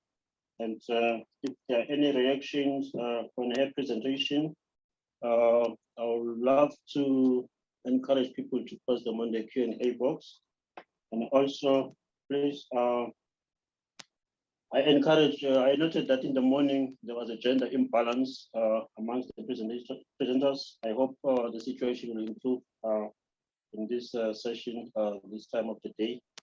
So I would like at this point in time to call upon Marvin Chisero, or if it's not him, the person or any other person that is presenting with him.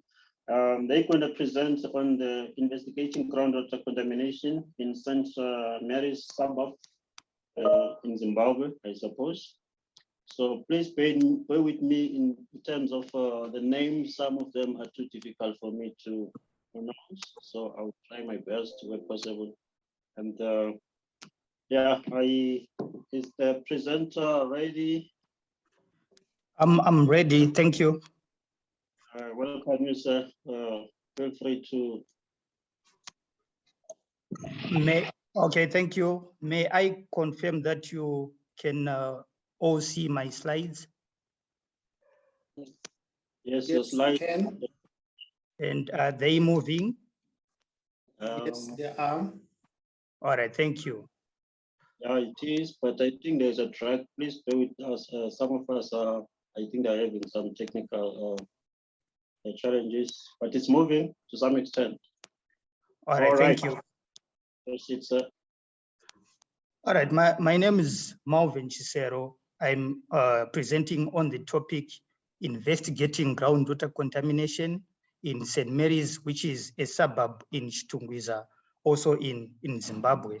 The other researchers on this project are Mr. Z. Hoko, Mr. S. Misi, Mr. W. Gumindoga, all from the University of Zimbabwe. Now, a look at the contents of this presentation. I'll walk you through the introduction right up to the conclusion. As a way of introduction, the consumption of unsafe drinking water is largely linked to high child mortality and also the high incidence of water-related diseases. But in the sub-Saharan Africa, there is growing demand for groundwater as a result of rapid urbanization and population increase. Also in Zimbabwe, the population is largely depending on groundwater. Now for the study site Chitungwiza, the Chitungwiza municipality is facing water challenges because it doesn't have its own water source. The municipality is also battling with aging water infrastructure, which means it's failing to meet the growing demand. Now, a look at the problem statement. We're saying there is basically insufficient scientific knowledge to support the effective utilization and protection of groundwater in St. Mary's and Chitungwiza. So this prompted the need for this study. A look at the objectives, starting with the main objective. The main objective was to investigate the groundwater contamination in St. Mary's suburb of Chitungwiza. The specific objectives, starting with the first one being to analyze the physical, chemical, and microbiological groundwater quality for selected boreholes and wells in St. Mary's suburb of Chitungwiza, and to assess its conformity to SADC standards and World Health Organization drinking water guidelines. So SADC here is referring to Standards Association of Zimbabwe standards used for drinking water guidelines. Then the second specific objective is to assess the spatial variation of the groundwater quality in St. Mary's. The third specific objective was to assess, to determine the aquifer vulnerability or susceptibility to contamination or pollution in St. Mary's using remote sensing techniques. A look at the study area Chitungwiza. Chitungwiza is located 30 kilometers to the south of the capital city, Harare, in Zimbabwe. Chitungwiza was formed in 1978 as a dormitory town of the capital city, Harare. Now, to the north of St. Mary's, to the north of Chitungwiza is a suburb called St. Mary's, which is one of the oldest suburbs in Chitungwiza, which is experiencing intermittent water supply, and the residents are relying on groundwater. That groundwater is of unknown quality. So this map shows the location of Chitungwiza in Zimbabwe. As I highlighted earlier on, Chitungwiza is located on the southern side of the capital city, Harare. This map also shows like the sampling sites from which water samples were collected for testing and analysis. Moving on to the materials and methods. Basically, this study focused on three aspects. There is the potability aspect, the spatial variability of groundwater aspect, then the aquifer vulnerability. Starting with the potability, basically water samples were taken in 4 campaigns held from December 2020 up to May 2021.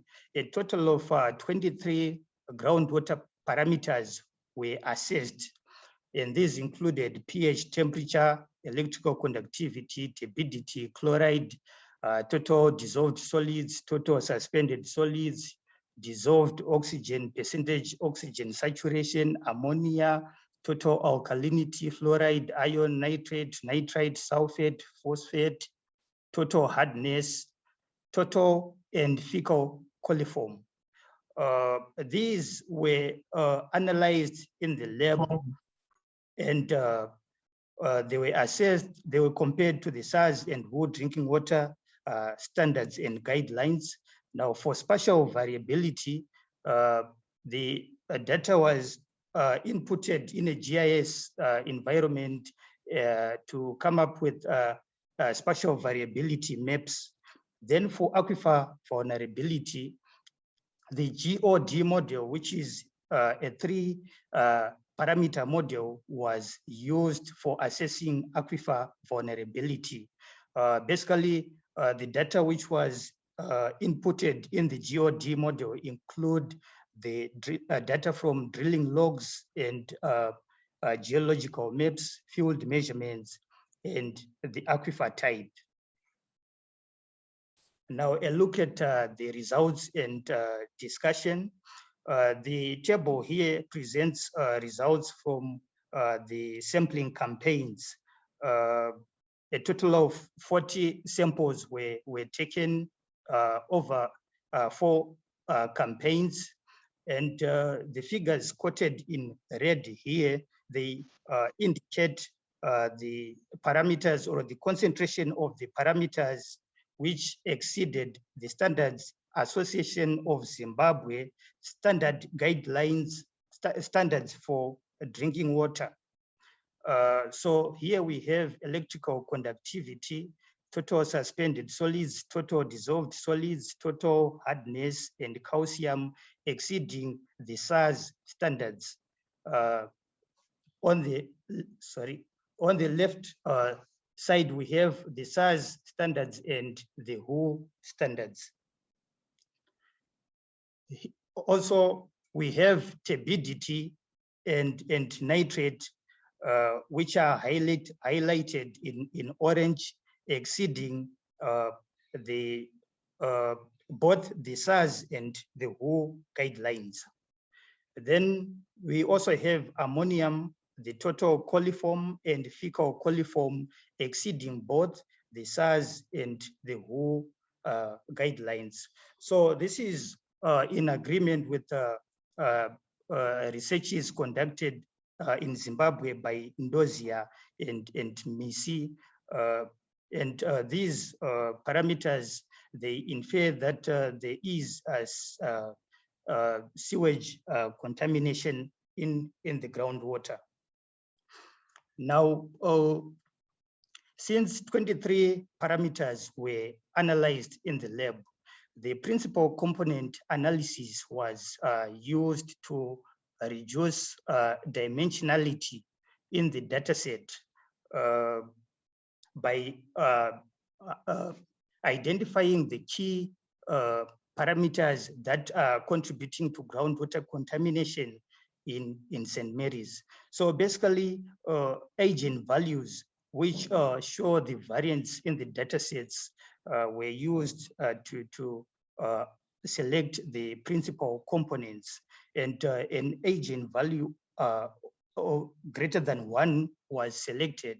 So basically, 6 principal components were extracted from the datasets, and these principal components, they contributed 84% of the cumulative variance.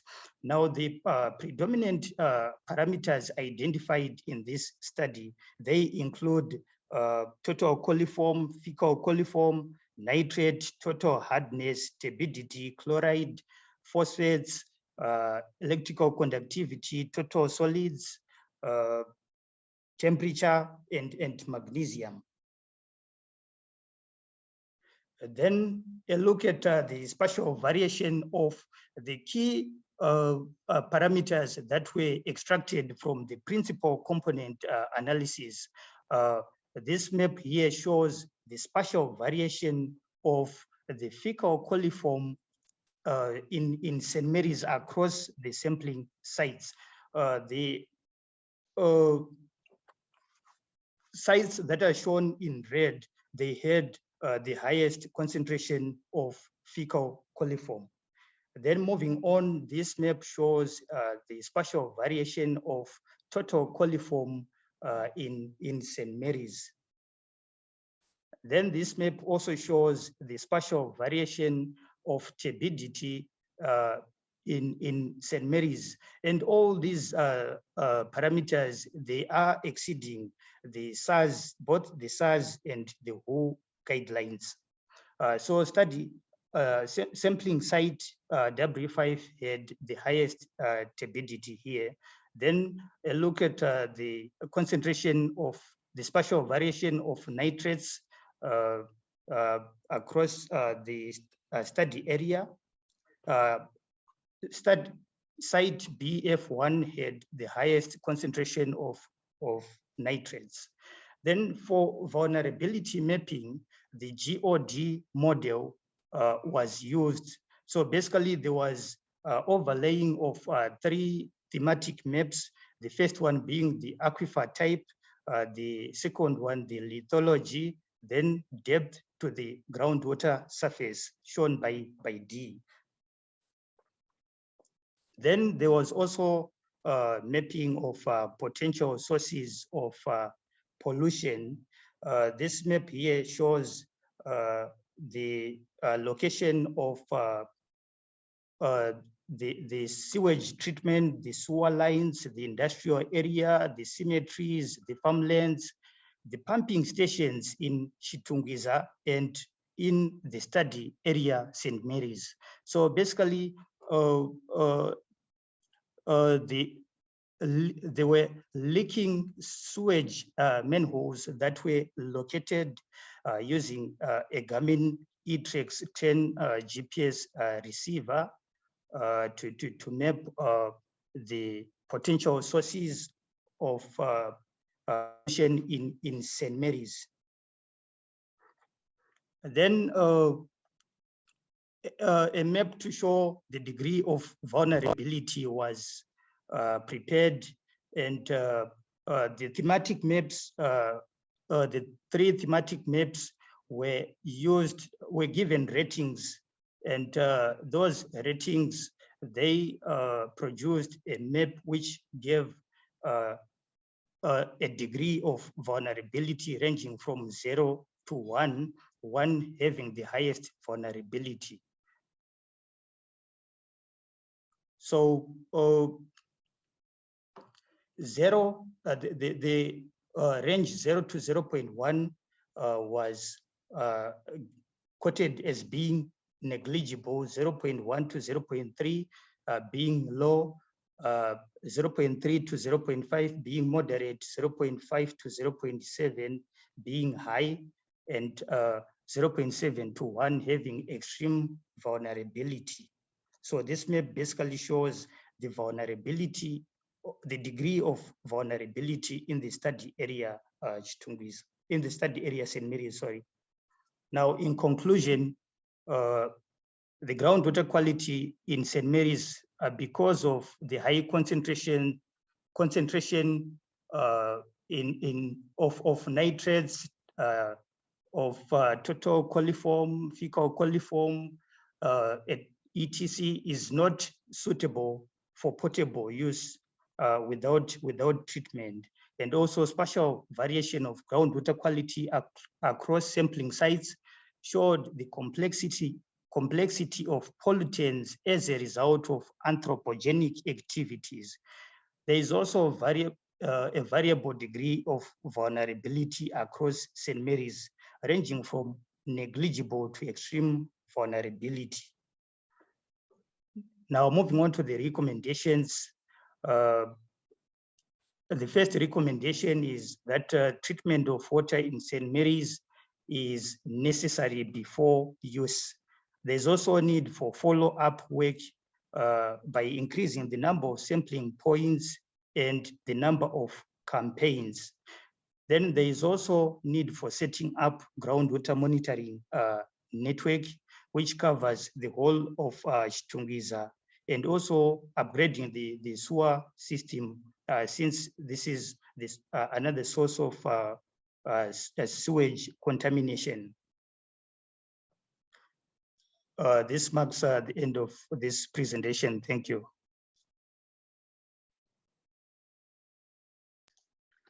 Right, thank you so much for your presentation, and thanks for keeping on time. I think everyone has been so far so good, very much punctual. I note that there is a question there whereby they're asking Mr. Chisero, is it Chisero or Marvin, where yes. The water were these boreholes, or maybe from water springs or shallow whatsoever, and also the depth of sampling in the, if it was boreholes or whatsoever, or shallow wells, I would suppose. Any reaction to that? All right, basically, the samples were taken from 10 sampling sites. which included 5 wells. There were 5 shallow wells and 5 boreholes. So these were the sampling points. Thanks, Marvin. I hope we have answered the question. If not, I will seek by a counter action on that. It is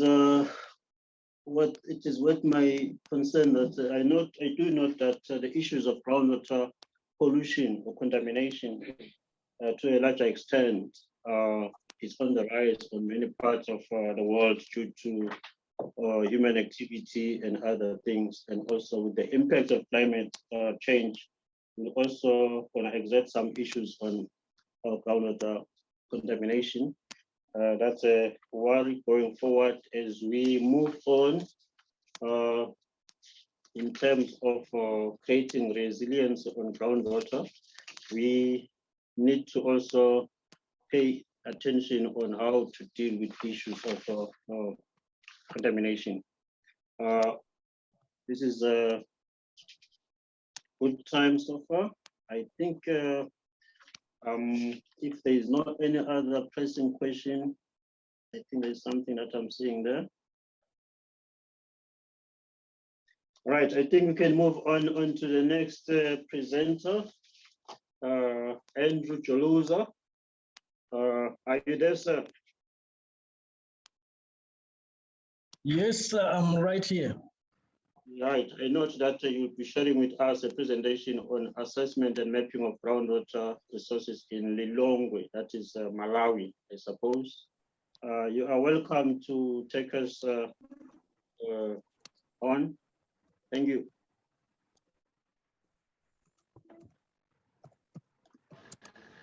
Thank you so much, Session Chair. Yes, my name is Andrew Alex Joroza, and I'll be making a presentation on behalf of the Groundwater Division in the Department of Water Resources, which is under the Ministry of Forestry and Natural Resources. So the work was done collaboratively between the ministry, which was offering technical assistance to Lilongwe Board, as well as the Lilongwe City Assembly. So the presentation outline will follow that structure. I'll give a brief introduction to the project. I'll show the project area, the implementation approach, results, as well as discussions and conclusion. Excuse me, so Andrew. Introduction. Yes. Will you be able to share the screen from your side? We can't see the presentation. All right, my apologies. Okay.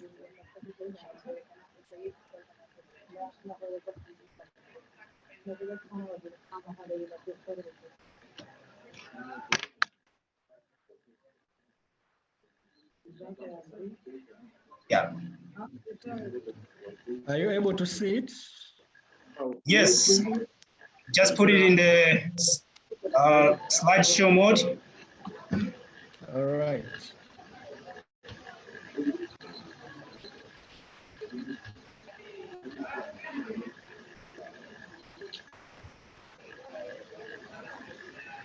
May you please switch to slide? Thank you. You're able to see it now?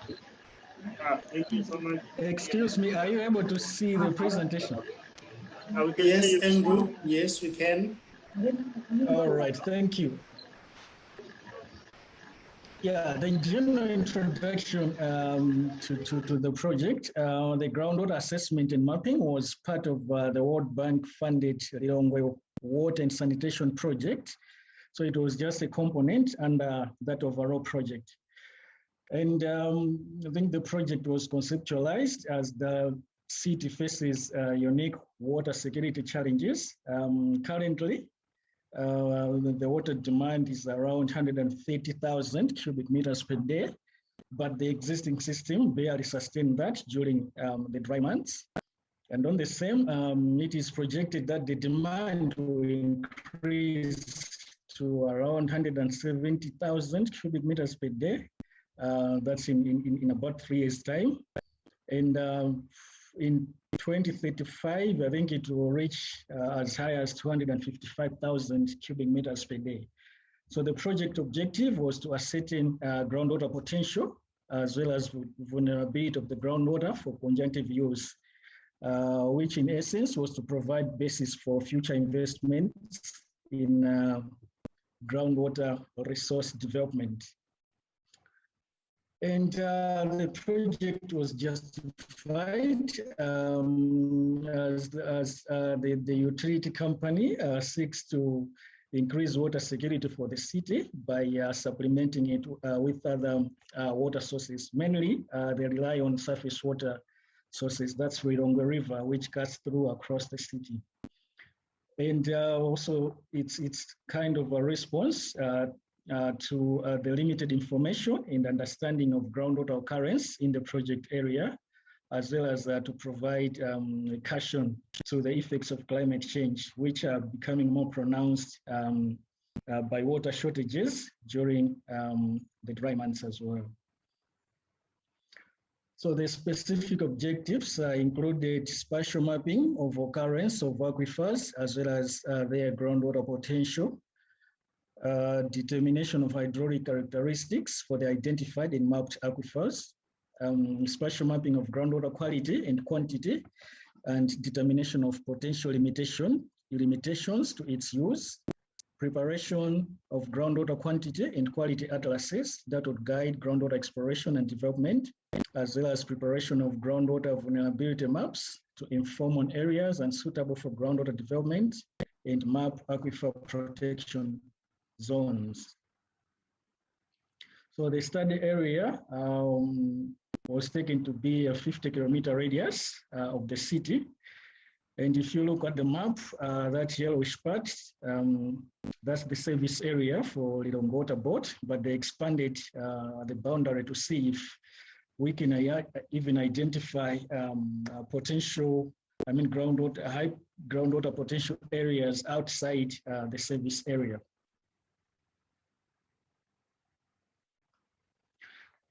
And coming to the implementation approach, it followed that structure. There was desk study, which informed baseline reporting, as well as guided the consultant who was also engaged in the inception phase of the project. And thereafter, it included data collection and interpretation, which included the identification of potential aquifers, that's from literature, undertaking geophysical surveys and hydrogeological investigations. And on that one, they employed 3 methods just to increase the level of confidence on the information or the data that would be generated from it. So the first method was horizontal loop electromagnetic method. There was also groundwater magnetics, as well as AMT, that's profiling using the audio magnetolyric method. And this was followed by drilling and pumping tests, and thereafter the preparation of atlases and the maps. So on the results, starting with the geophysical surveys, the results were plotted in Excel and qualitatively interpreted. And these are some of the highlights on the findings: that high potential areas were demarcated in the northern part, northwest, as well as south, because these areas retained good anomalies. The east areas retained poor vertical conductors, likely or signaling poor groundwater potential. And most lineaments interpreted are vertical and could actually be identified on the ground.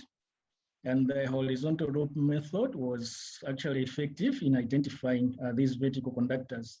So in total, 25 potential sites were selected for drilling the exploratory boreholes from a target of 37. but then priority was given to the first 10, for the 2 zones that were marked. So like in the northern zone, drilling focused on the first 10 prioritized sites, and the south, it was the same thing. So in total, the drilling achieved 20 exploratory boreholes out of the 25 again. And the findings on the aquifer types and distribution, the study identified 3 main aquifers. The first one was the weathered gneiss aquifer, predominantly in the west. And if you are good at colors, or maybe I'll just use my pointer, it's this side. So it was overburdened, of course, with recent sediments. The terrain was much flatter, which is also good for research. And the second aquifer type was the fractured gneiss in the west as well. Of course, much deeper with superficial deposits and unsaturated withered regolith. And the final aquifer type was the outcropping fractures in the eastern part of the study area. So the overburden on this side was thin, and in some cases, there was none at all. The terrain was undulating, signaling high runoff. And of course, I should also mention, maybe it will come in the next slide. So groundwater occurrence, it was found to be in both the weathered and the fractured aquifer. However, high groundwater potential was found to be in the west, where we have the superficial cover. And even this area was found to promote recharge. And while, low groundwater potential was found in the east. So between on the 3 aquifers, the fractured basement aquifer was the one that has high groundwater potential, such that almost 80% of the successful boreholes intercepted water in the fractured zones. And the water strikes were encountered between 3 and 198 meters below ground level. And 85% of all water strikes were encountered mostly, I think, in the top section, that's from 3 meters to 50 meters below ground level. I should indicate here that the scope of works specified drilling up to a maximum of 300 meters. And the borehole yields ranged from 0.01 liters per second to 23 liters per second. And that maximum of 23 was recorded in the weathered biotite gneiss. And the calculated long-term sustainable pumping rate was determined to be just from 0.1 liters per second to 9 liters per second. On groundwater recharge, it was estimated from the water level hydrographs, because we do have some monitoring wells in the study area, but as well as from the boreholes that were drilled during this study. And it also included the chloride mass balance method. So the recharge rates ranged from 20 millimeters per year to about 120 millimeters per year, increasing from east to west. So the map there is just an illustration of, or the distribution of the groundwater recharge. So you can see the brownish part, I think that's where the recharge is the highest. On aquifer transmissivity, it was found that the highest transmissivity was within the fractured basement aquifer. And during pumping tests, it was noted also that flow came from the fractured bedrock. So the range was from 1 square meters per day to 58 square meters per day. And that's the breakdown. That from 10 to 58, that was from the deeply seated fracturing along the prominent region of faults, and 4 to 9 from the relatively thick weathered rock up to about 40 meters, indicating moderate aquifer potential, and the lowest were from moderately fractured basement aquifer with a range of 1 to 2. So the high transmissivity values were also associated with lithological contacts of basement A and granite. On groundwater chemistry, it was found that the groundwater quality is good, such that all parameters were within the recommended limits for Malawi drinking water standards for boreholes and shallow wells. So that no evidence of pollution was discovered or was indicated from the data. And the groundwater type showed dominance of calcium bicarbonate, indicating fresh and recently recharged groundwater system. So TDS was less than 1,000 milligrams per liter, and the electrical conductivity less than 2,000 microsiemens per centimeter. But still, there was presence of sodium in surface, which showed mixing of recently recharged groundwater with other groundwater associated with the deep fractured aquifer. Whereas calcium, magnesium, and bicarbonate water was also associated with a shallow flow within the weathered and shallow fractured aquifer. Now coming to the quantification of the groundwater resource, the fractured nay under weathered regolith and superficial cover had the highest groundwater storage volume per square kilometer at 18 million cubic meter per square kilometers, which was prominent within 30 kilometers to the west of the city. And in the weathered aquifer, it was around 8 million cubic meters per square kilometer. And in this aquifer, of course, the storage volume was limited by aquifer thickness, but still we had yields of 3.5 liters per second to 23 liters per second, some isolated cases.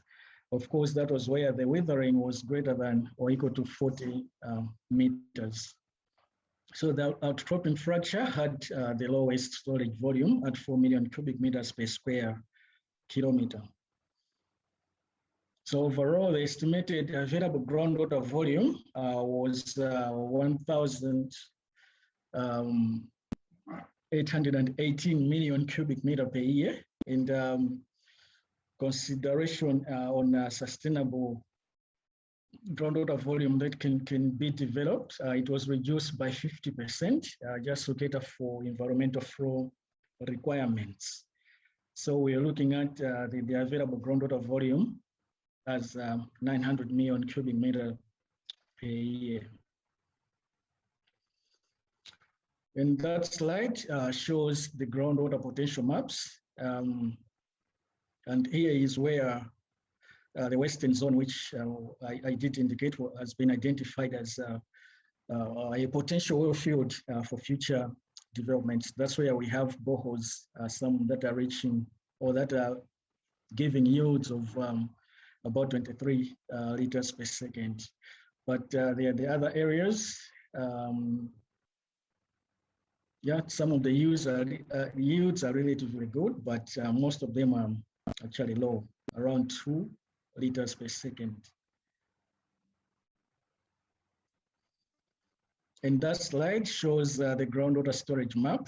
As can be seen also, the greenish part, this is where the same area, from as I indicated in the previous slide, to say has been identified as a potential well field for future development. And that slide shows annual sustainable groundwater availability.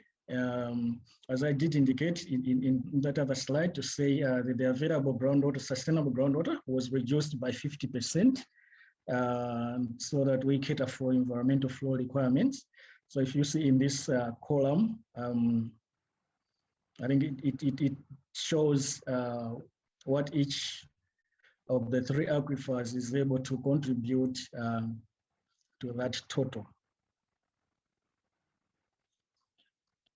Despite the success of the project, still we do have some limitations to groundwater development. I mean, the AXA of 900 million cubic meters per year is indeed nearly 10 times the annual water demand for Lilongwe City, which is approximately 129 million cubic meters per year. Of course, it's a projection for, should have been 2025, not 2040. But then this 909 million cubic meters cannot be fully developed, considering like the median yield from the drilled 20 boreholes, the yield was 2 liters per second. So in essence, we would, if we are to rely entirely on groundwater, would require about 2,100 boreholes just to be able to supply or to provide that volume. Even if we try to reduce the dependence on groundwater, say by 10%, or that will only need 10%, it will still require a huge number of boreholes, around 210 boreholes. So we can see that the investment costs in boreholes as well as the pipeline infrastructure would actually be huge, which could prohibit such a water development strategy. Coming to groundwater quality mapping, the goal was to produce maps and charts that would detail the quality of groundwater in the study area. So all the information was interpreted and integrated to produce spatial maps, graphs, and diagrams to characterize the groundwater chemistry as well as the quality. So the parameters in question included the pH, EC, TDS, total hardness, total alkalinity, cations, anions, heavy metals, as well as bacteriological microorganisms. I should indicate here that we do have maps for all these individual parameters, but I just couldn't bring them all here. I think the 15 minutes wouldn't be enough to present all that information. And the water type was characterized, of course, using Piper, Durov, as well as stiff diagrams. And at the very end, the groundwater map of the project has been produced at a scale of 1 to 130,000, and we believe is a valuable reference for stakeholders in water planning sector in the city. So that slide shows the hydrochemical phases that were plotted on Piper on the left and Durov to the right, showing dominance of calcium bicarbonate. On groundwater vulnerability mapping, of course, on this one, the vulnerability was assessed using the drastic approach, and such that main factors influencing the groundwater vulnerability were assessed to generate classes which were weighted and given scores. So these factors included depth to water table, net recharge, aquifer type, soil cover, topography, impact of the Vadose zone, and hydraulic conductivity.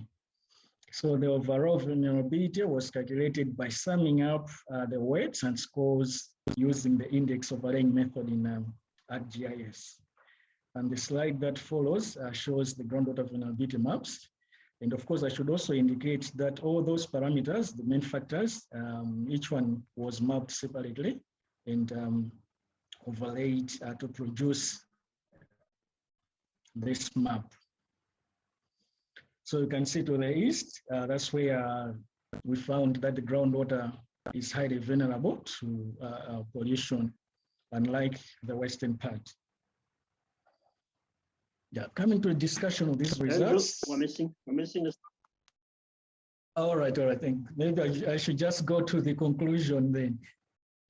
Yeah, so the fractured aquifer under the way that regolith and superficial cover should be targeted for further groundwater investigation and development of a groundwater monitoring system, as we believe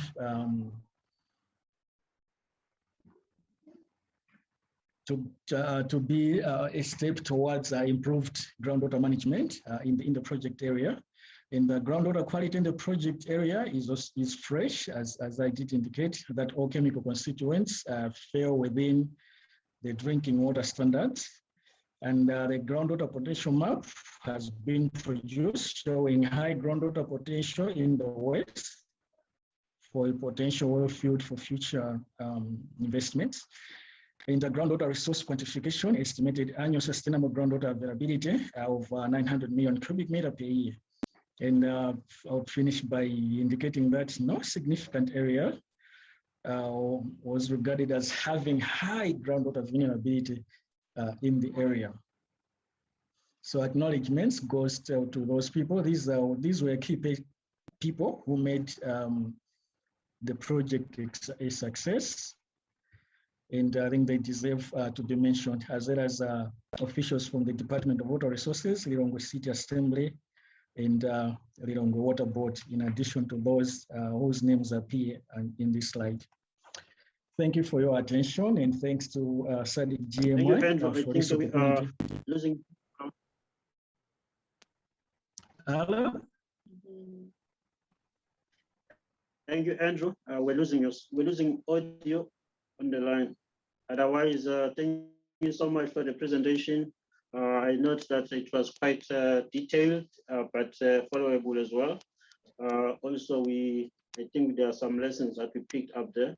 I'm watching the questions and answers space. I'm not seeing much activity there. I will suspect that people are either following very well, or the presenters are very good, or people have vacated the space. So please, may we show some activity on the questions and answers.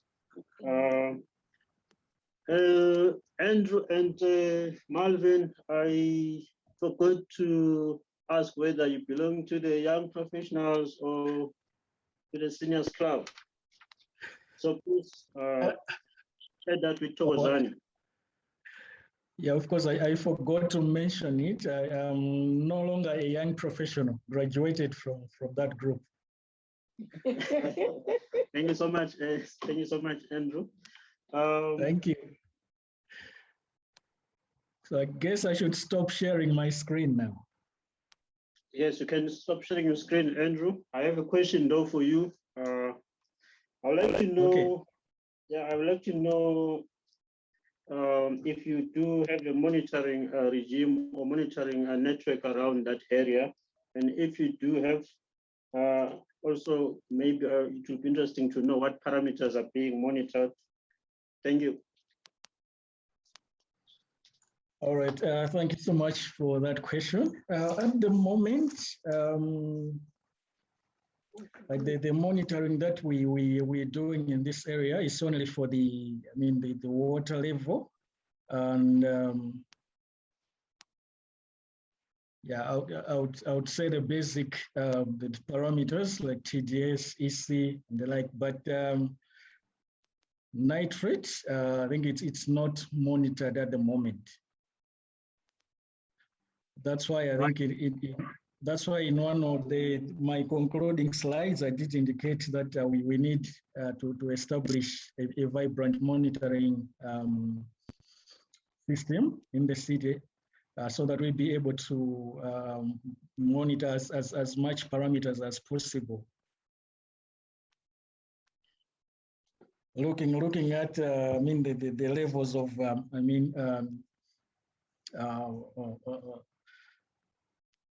levels of human activity around even the areas where we've identified as a potential oil field. Thank you, Andrew. That was fine. I would like to jump into the next presenter, Mr. or Miss Mulema Mata. She or he is going to present on the assessment of river groundwater interaction in the Barotse floodplain, Western Province, that is in Zambia. And I also want to remind people about being mindful of the time, and also declare whether you young professional or you belong to the other club, which I won't mention for the time being. May you Please let us hear your voice if you're there. Okay, thank you. Thank you. My name is Howie. I'm a postdoctoral researcher from University of California, Santa Barbara. And the co-authors are Deborah Perron and Scott Jaseko from University of California, Santa Barbara, and Brighton Muya and James Ramba from SADC Southern Africa Development Community Groundwater Management Institute. My talk is entitled by Observation-Based Continental Scale Groundwater Study in Africa, a Drilling Trend, Water Level Fluctuation and Depletion. Groundwater is an important resource for domestic, industrial, and agricultural practice in urban and rural parts of Africa, where accessing water from major aquifer has been documented in many parts of African countries. Groundwater represents only 50% of Africa's total renewable water resource. And however, about 75% of Africa's population rely on groundwater as the major drinking water resource. Groundwater studies from local, national, regional to continental scale has been critical in understanding groundwater resource in Africa. For example, Gomo et al. In 2013 used hydrogeochemical and geochemical modeling to understand the Karun Basin in Southern Africa and highlighting the importance of identifying and describing the groundwater chemistry evolution and its contribution to the overall groundwater quality. And Saif Kabada in 2013 discussed groundwater occurrence, quantification of groundwater storage, estimation of recharge mechanism in Ethiopia. And he also discussed geochemical and water quality issue associated with groundwater. He applied isotope hydrology application in Ethiopia groundwater, surface and rainwater studies. In addition to that, he also highlighted the social aspect and groundwater management experience of Ethiopia. And McDonald and others in 2012 maps groundwater recharge, groundwater productivity, and groundwater depths across Africa. This work was a pioneer in quantitative continental scale map of aquifer storage and groundwater potential in Africa based on available map publication and data.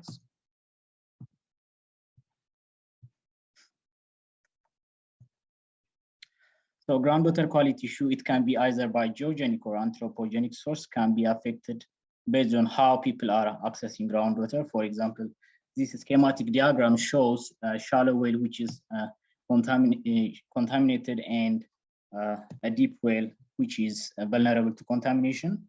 And the contaminant plume is elongated towards the deep well. As a result of this, the contamination of shallow well can cause a downstream water quality issue. For this particular case, the shallow well can lead a deep well contamination. And the groundwater withdrawal from major aquifer under changing climate and increased demand can cause depletion of groundwater resource. But we lack like continental scale understanding of the demand, which means at which depths are people accessing groundwater and where, and what are the trends in well depths. It is important to understand groundwater demand and the depths where people are actually pumping, because well depths tell us which aquifer people are using. For example, is it like shallow dry well, or people are accessing well deeper, deeper aquifers. Another important understanding of the groundwater demand and depths where people are pumping is that depth trend can signal broader quality and quantity concerns. To date, we compiled nearly 500,000 borehole data from various sources from 15 countries. And the data includes drilling depths, years of well construction, and water level change. We performed well depths and groundwater level change statistical analysis. Those data extracted from SADC are highlighted by blue dash color, and the data from countries' agencies are highlighted by blue solid boundary. The data extracted from national agency includes from South Africa, Ethiopia, Gambia, Uganda, and Namibia. Here we show a whale across Southern Africa, and the red and the blue dots are whale, and red whale are deep and blue whales are shallow. And there exists a varying level of whale depths where shallow whales are dominated in basement and unconsolidated aquifer. For example, the superficial deposits are hydraulically connected to the underlying bedrock aquifer in Zambia, which is often very shallow, whereas deep well are dominated in fracture in consolidated sedimentary water-bearing rocks. For example, the Kalahari aquifer is a savanna with a sandy subsurface with deep groundwater table. And gray regions represent no data. Here we group nearby wells, which shows the prevalence of well deeper than 100 meters or more clearly here. Places where shallow well dominate are blue, and places deep well are common are in red, and the gray is for no data. So our data show that much of wells in Malawi, Zambia, and Zimbabwe are often shallow, and deep well dominates in a regional aquifer such as Kalahari in Karoo aquifer basin and other coastal areas. Here we look at the prevalence of deep well in transboundary aquifers. These are transboundary aquifers showing deep wells and shallow wells. Much of the transboundary aquifer have well deeper than 50 meters and shallower than 100 meters. The Eastern Kalahari Karoo Basin is a transboundary aquifer between Botswana and Zimbabwe, and the Northern Kalahari Karoo Basin is Zambia Graben aquifer, is a transboundary aquifer between Botswana and Namibia, and the medium Zambesian aquifer, transboundary aquifer between Zambia and Zimbabwe, is sand and gravel aquifer, transboundary aquifer between Malawi and Zimbabwe, shows like wells that are being deeper than 50 meters and shallower than 100 meters. More than 1/4 of well are actually deeper than 50 meters in most aquifer systems we study. Some aquifer are deeper than 200 meters, and much of selected aquifer are deeper than 50 meters and shallower than 100 meters. This include the Utenhage Artesian Basin, the North Kalahari Karoo Basin, Zambia Graben aquifer, and Kapu Plateau Dolomite aquifers. This box shows groundwater well depths for 5 countries, where the outlier well depths are presented in blue dots. The well depths for Madagascar and Zimbabwe are generally shallow, with the maximum well depths 165 meters for Madagascar and a well depth of 320 meters, the maximum for Zambia. And median well depths for Mozambique and Tanzania are like 39 and 58 meters respectively, whereas the median Botswana well depth is around 130 meters deeper. Here we present the well depth data in Ethiopia, where we compared the aridity index, which shows the degree of dryness of climate at a given location. In humid parts of Ethiopia highlands, there are a tendency of shallow well, and much of the semi-arid and arid lowland area of Ethiopia are characterized by deep well to tap actually groundwater. Next, we will see how the proportion of wells change over time. This will take us to our meta section. So we performed well depth statistical analysis based on the following method. First, we identified the well depth, well construction year within the country and aquifers, and then we group them. We group the well located within the same 100 kilometer by 100 kilometer, and then we plotted well drilling years versus completed well depths. The diagram shows the temporal change of well depths from 1950 to 2015, indicating well deepening over time. And the final stage is for each 100 by 100 area, we calculated the Spearman correlation of well construction year versus well depth.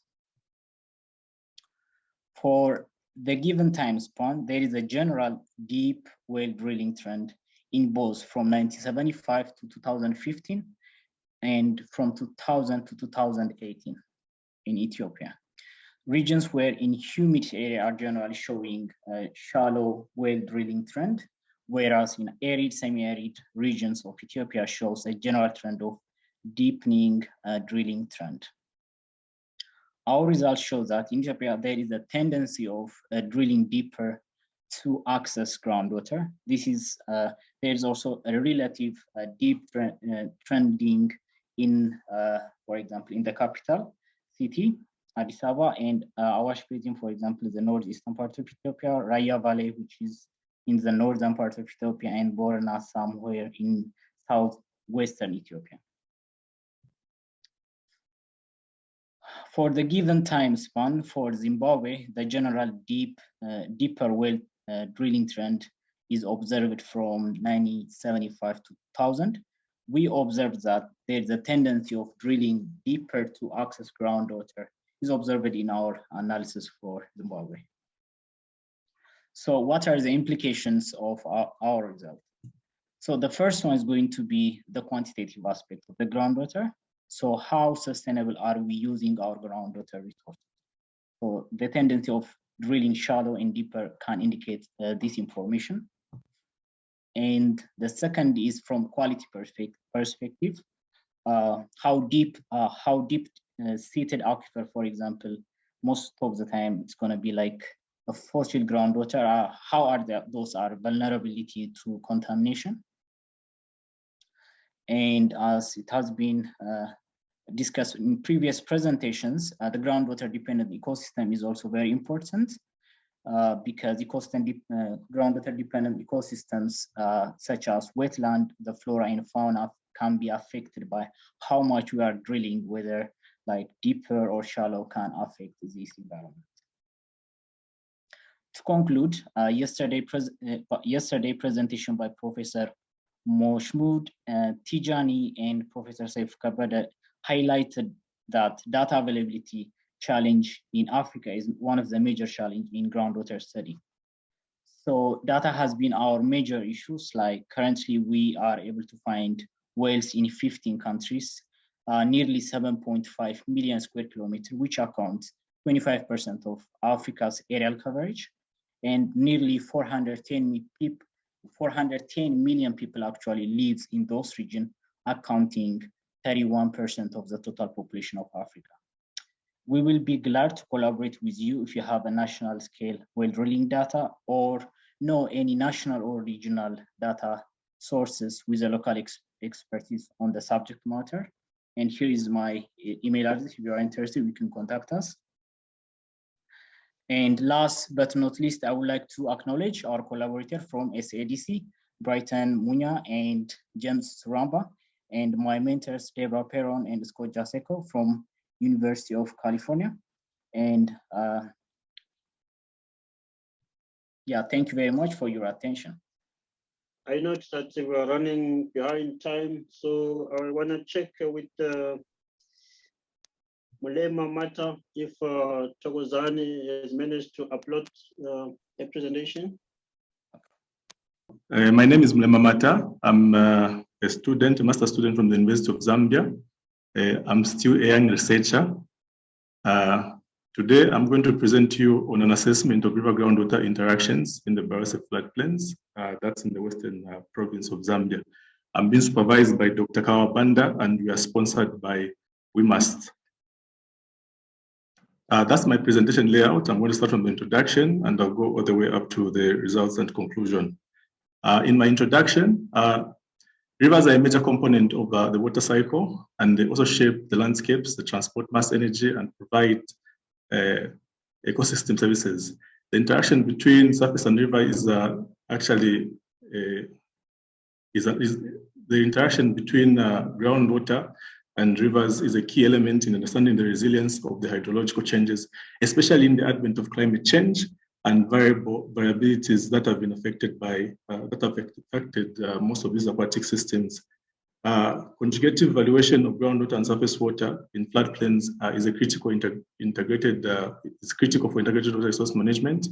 And efforts to protect the wetlands and floodplains are in place, but the challenge that we face, especially here in Zambia, is that we have got poor monitoring systems, and we lack in-situ measuring points. So we have so many data gaps.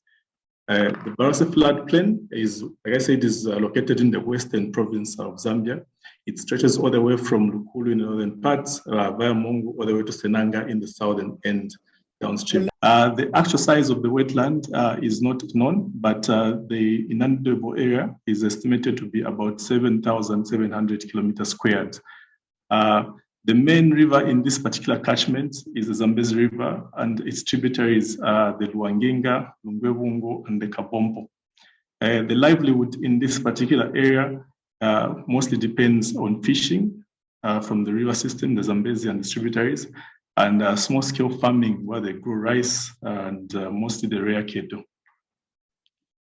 My objectives, my main objective for this study is to evaluate river groundwater interactions in the Parasit floodplain. And my specific objectives are: one, to identify areas of groundwater diffuse or discharge to the floodplain region. The second one is to determine the connectivity between the river system and an underlying aquifer system. The third one is to evaluate the influence of groundwater discharge to the floodplain's hydrochemistry, if there's any that happen. And the last one is to propose a management approach under these changing hydrological systems that can be used to monitor these ecosystems. The significance of this study is that the interaction between rivers and groundwater is a vital aspect of the wetland hydrology. And as development of these water resources increases and increase in actual infrastructure development, it is good that we understand the linkage between rivers and groundwater, because the effect of one will also affect the other. So contamination or maybe overuse of one resource will in turn also affect the other resource. So for effective land management, it requires a clear understanding of this linkage between the river system and the groundwater to understand the hydrology of the particular setting. My goal is to increase the understanding of river groundwater interactions in the Parasit floodplain for effective water resource management and monitoring for conservation strategies of the floodplain.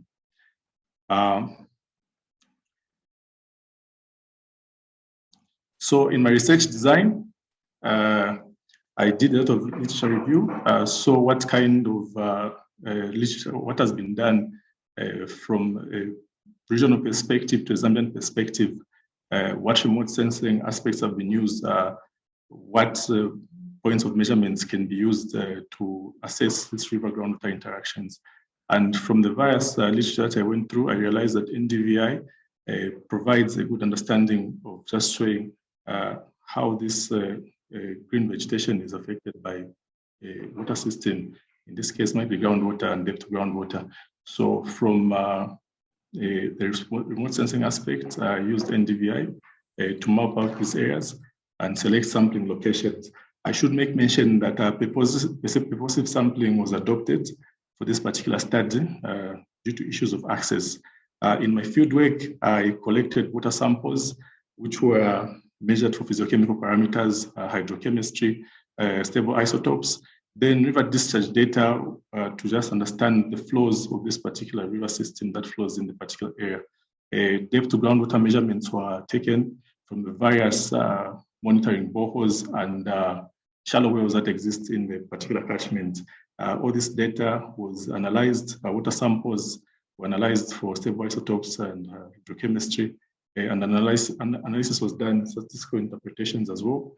The whole goal of all this is to try to find a way to manage or understand this groundwater resource, how they get to interact with the surface waters. So in my field data collection, I collected water samples from the various groundwater and surface water features. I measured on-site physiochemical parameters. I measured the depth of groundwater. I did measure the flows in the river system. Analysis samples were analyzed for stable isotopes and the physiochemical parameters as well, and the major ions of this particular, of the waters, groundwater surface water in the Parasit floodplain. Statistical analysis were done. I used our statistical package for base flow. I used ecohydrology and those are other statistical methods that I used. In my results, on the left side, I'm showing the dry season NDVI of the whole catchment, and on the right-hand side, it's the wet season NDVI for a particular catchment. We do understand that NDVI has values between +1 and -1. Values higher than 1 indicate green vegetation, 0 and negative values indicate either water or bare land. So as you can see, what's in brown is water and bare land, and what is green, these are vegetated areas. From this, I made NDVI a difference map for both seasons, in the wet and the dry season, where I made now a composite map that gets to show these particular features. So in my classification, the green is identified as water bodies, or water in the particular catchment. The gray is the non-groundwater dependent systems. The yellow is the fast drying, the light blue is the slow drying area, and the green is the non-drying areas, which I classify as groundwater dependent systems. And in terms of NDVI values, you can see that the values range from non-drying areas of between 0 to 1, fast drying between 1 and 2, slow drying between 2 and 4, and non-drying areas are greater than 4. This particular map was actually validated using Kepa coefficient, which gave me a 65.7% coefficient, and the overall coefficient was 74.6. From then on, I picked on one of the particular areas and got a time series of a particular point to see how the fluctuation of NDVI was, and we can see that it moves between 2 and greater than 4. So these are areas that are slow drying to non-drying areas, which are groundwater dependent. From this point forth, I wanted to figure out how does the groundwater get to flow? Which direction does the groundwater get to move? So using historical data and the depth of groundwater, I came up with isometric head contours showing the groundwater flow, and we can clearly see that the overall flow of groundwater in this particular catchment is towards the floodplain, or towards the river system. Thereafter, due to insufficient data and no monitoring points, the only data that I could use was river discharge data to try to estimate how much groundwater influence comes in from this particular catchment. So I estimated the base flow, and we can see from the particular figures there that base flow tends to be the highest in the driest part of the year. That's in October. So between July and October, before it starts raining, that's the driest time, and you can see that base flow contribution is about 100% to the river system. From that, I was able to estimate so what is the overall contribution, and we can say that it's about 48.2% contribution. This is over a 5-year hydrological period.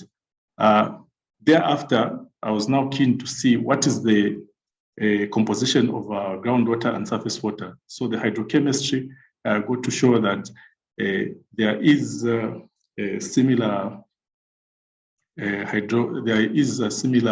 composition of the hydrochemistry for the bicarbonates, calcium, potassium, magnesium, sodium, and the sulfates that were measured. And you can see that both the dry and the wet season, the river system and the groundwater almost had a similar kind of water chemistry.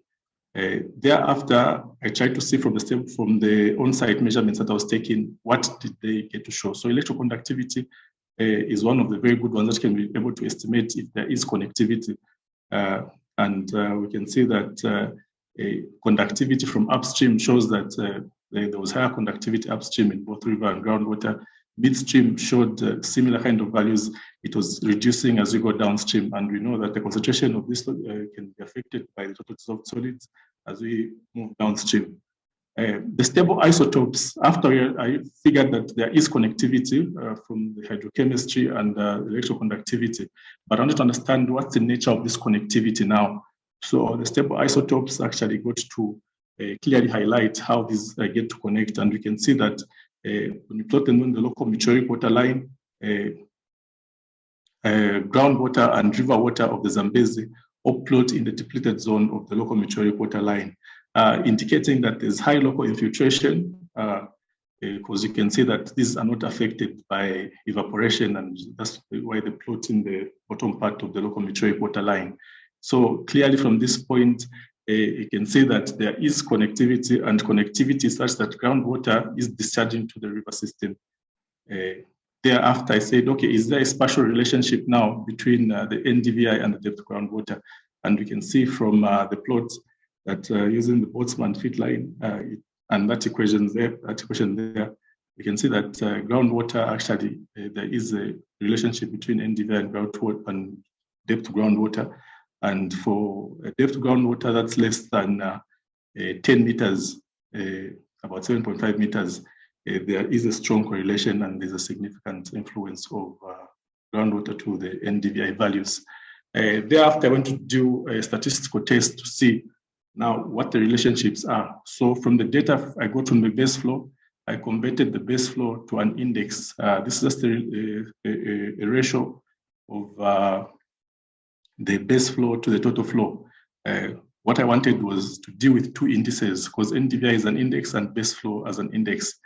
There, I ran a statistical test to test for normality, and it shows that this data is not normally distributed. So I used I therefore went on to use the Spearman's correlation test to see what is the relationship between NDVI and base flow. And we can see that there is a significant but inverse relationship between NDVI and base flow as an index, implying that in times when the NDVI gets to increase, there is a lower base flow influence. And in the driest part of the year, when the base flow is at its highest, there is a lower influence of NDVI.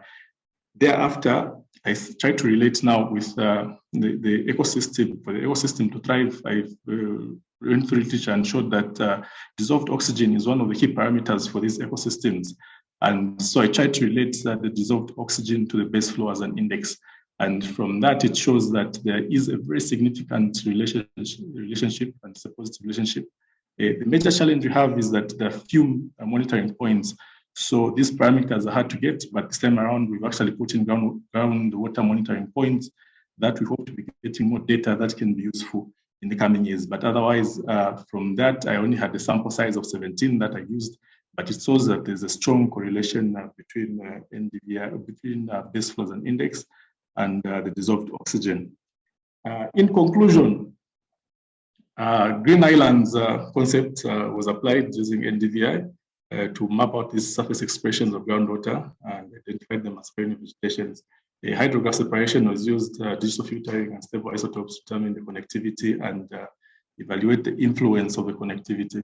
Groundwater flow using trigonometric hedge contours and major ion chemistry shows that the nature of the interaction is such that groundwater discharges to the river system.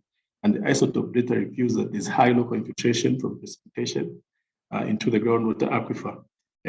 At the peak of the base flow contribution, we can tell that the river flow has increase in dissolved oxygen concentration. Therefore, the increased base flow in the dry season provides an increase in dissolved oxygen concentration in the Zambezi River, which is actually used for sustainability of this ecosystem being fed by the biota. Thank you very much, and thank you for listening. Thank you, Mulema. Despite the hard start that you had, it's very much appreciated. You kept so much composure. That's exciting. I note that we are 5 minutes or 10 minutes into the first presentation. Since I had very few or nothing actually in the Q&A box interactions, so I would like to check if it is to the comfort of everyone that we can proceed to the next presenter, which is going to be Karim. Yes, I'm here. Yes, you will be talking about on the experimental and numerical study for the absorption behavior of copper, 2, and manganese, I suppose, in quartz sand. So I give you the floor, sir. Okay, can you see my screen? Yes, sir. Okay, thank you, Mr. Chairman, for your introduction. Firstly, I want to introduce myself. I am Abdelkarim Garbia. I am from University of Miskolc in Hungary at the Faculty of Earth Science and Engineering in the Institute of Environmental Management. Our topic is about environmental and numerical study for the absorption behavior of copper and manganese in quartz sand, which is prepared by me and my supervisors, Balazs Zakani and Martin Dov. Let's start with introduction. Soil aquifer treatment, known as SADC system, is a managed aquifer recharge method used to recharge the pre-treatment water to the groundwater system. Okay, so the soil aquifer treatment, known as SADC system, is a managed aquifer recharge method used to recharge the pre-treatment water to the groundwater system. This system depends on using porous media as the soil profile to allow water infiltration through that. Porous soil is used as a pre-treatment unit to infiltrate the water to prevent any degradation of groundwater quality and reduce the need for any post-treatment at the recovery point. As you can see in these photos, the source of infiltration water comes from pre-treatment water, which can as a secondary treatment outflow and infiltrate by the infiltration basin, which related to the SADC system in infiltration process to the groundwater system. And after that, pumped again by wells, by recovery wells to the post-treatment procedures, and finally to the end use for agriculture or any other uses. So heavy metals can be found in soil and water, especially in mining and industrial areas. The exposure of these types of pollutants will harm the groundwater quality, which will lead to the human health problems in the future. So the studying of the fate and the mobility mechanism of heavy metals in soil to groundwater paths was a critical issue in saving groundwater quality. The adsorption behavior explains the mobility of heavy metals between aqueous solution and the solid phase of soil particles. Also, the adsorption presents how heavy metals accumulate in soil and gives a direct method for decontamination of heavy metals from soils and groundwater. This study aims to investigate the adsorption behavior for different initial concentration of copper and manganese ions at quartz sand, and using some models, popular models in description the parameters and the behavior of adsorption of heavy metals in soils. Materials and method which used in this study. The primary materials used in this study were quartz sand, copper, and manganese ions. The quartz sand was used as porous soil. The reason for choosing this type of porous media are to prevent the impact of organic materials in soil and save the soil homogeneity from particle size distribution. Also, copper and manganese were selected as the metal solute, which participate in a popular zone of contaminants with low toxicity, single valency, and stable properties, comparing with other types of heavy metals. So we choose copper and manganese according to that. There is some lab experiment that complete the process of materials preparation for adsorption study. The particle size determination for quartz sand, which by using sieve analysis, by sieve the quartz sand from 0.500 to 0.125 millimeter sieves. Also, copper solution preparation was by using copper sulfate to prepare a high concentration of copper with 100 ppm. After that, it was diluted by used distilled water to smaller initial concentration with 10, 20, 50, 80, and 100 ppm copper concentration, which was the workable initial concentration for the experimental and modeling procedures. The manganese have the same process in preparing, but by using manganese sulfate to prepare 100 ppm of manganese solutions. After that, it was diluted by distilled water to smaller initial concentration as the 10, 20, 50, 80, and 100 ppm of manganese concentration. After preparing the required materials from quartz, sand, and contaminant solution with different concentration from copper and manganese, we started the adsorption batch experiment to study the impact of different initial concentration on quartz sand adsorption behavior. The experimental process used polypropylene centrifugal tubes with size 50 milliliter by used 3 grams of quartz sand with 30 ml solution and from contaminant solution from copper and manganese. And this step was replicated for each initial concentration at 10, 20, 50, 80, and 100 ppm. After preparing the tubes with sand and solution, they were shaken for 24 hours to reach the equilibrium phase between sand and pollutant solution. After that, it centrifuged for 10 minutes at 4,000 RPM centrifuged machine to allow the separation process between quartz sand and the solution. Then the collected samples analyzed for total copper and manganese by using plasma atomic emission spectrometry device.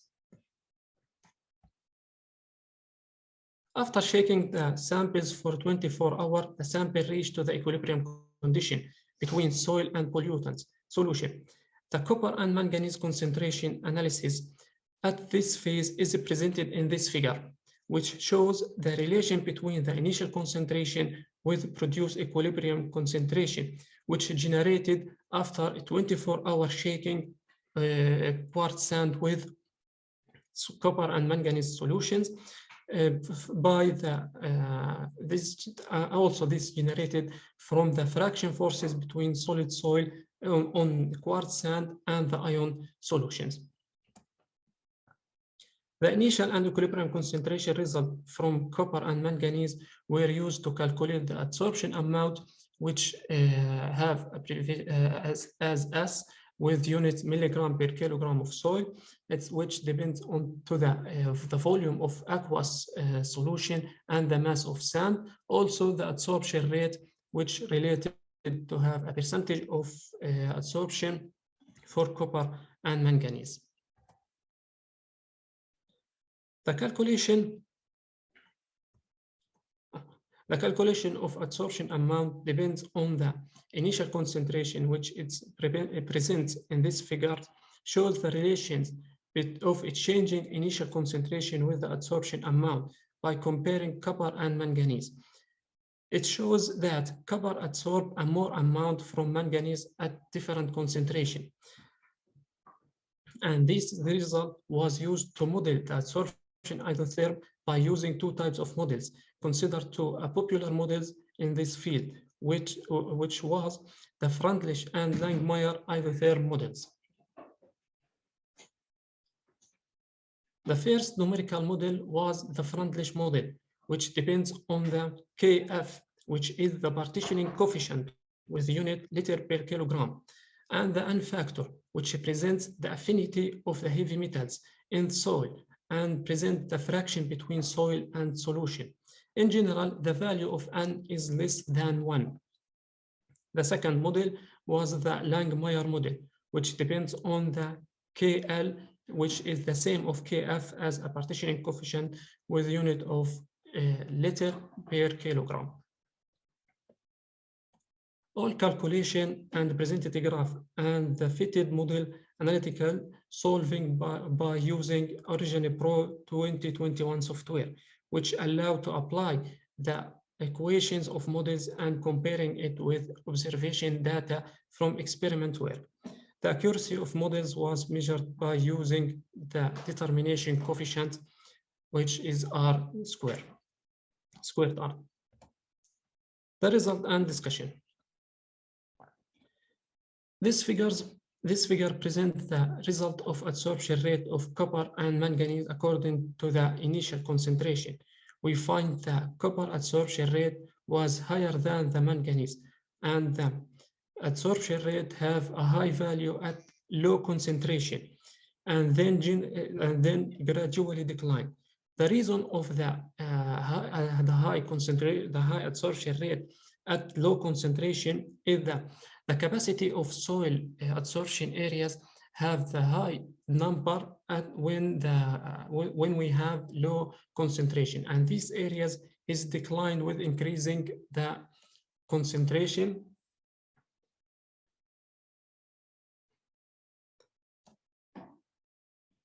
The two types of isotherm models are utilized to explore the absorption of copper and manganese in quartz sand. These figures present the Freundlich and Langmuir models compared with observed result from the absorption patch experiment. The first one on the left side is for the copper Freundlich isotherm model. We can see, and the second one is for Langmuir model. We can notice that the Freundlich model is more fitted to the our observed data. So the Freundlich give more reality and more validity and to the our data in the quartz sand.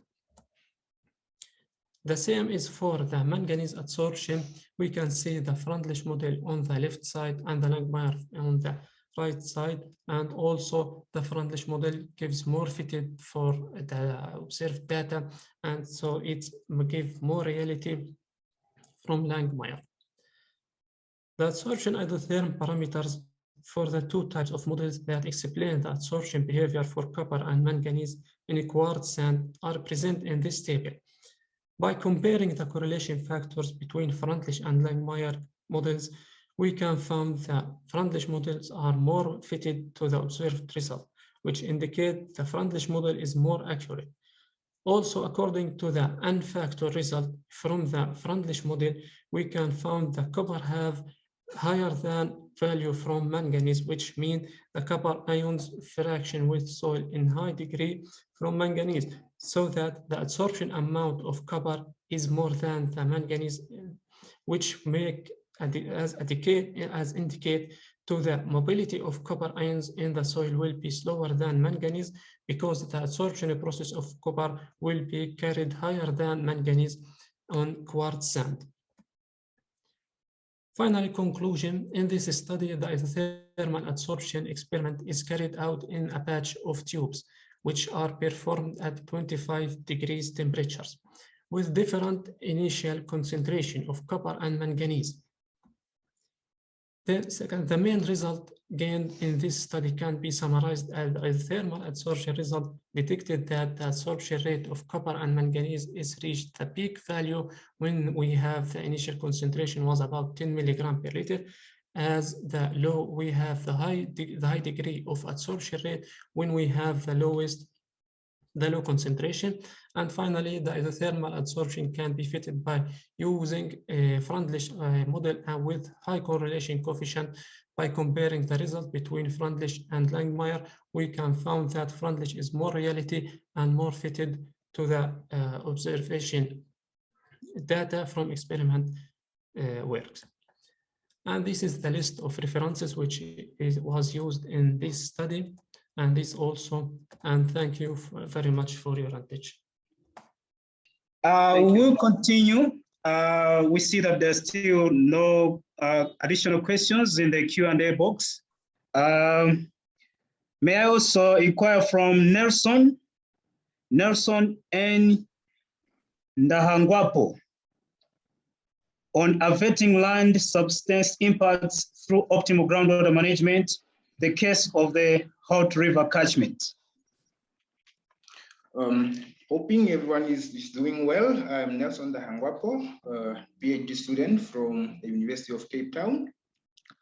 I'm going to discuss with you about avenging lead subsidence impacts through optimal groundwater management. That's with the case of the Hot River catchment.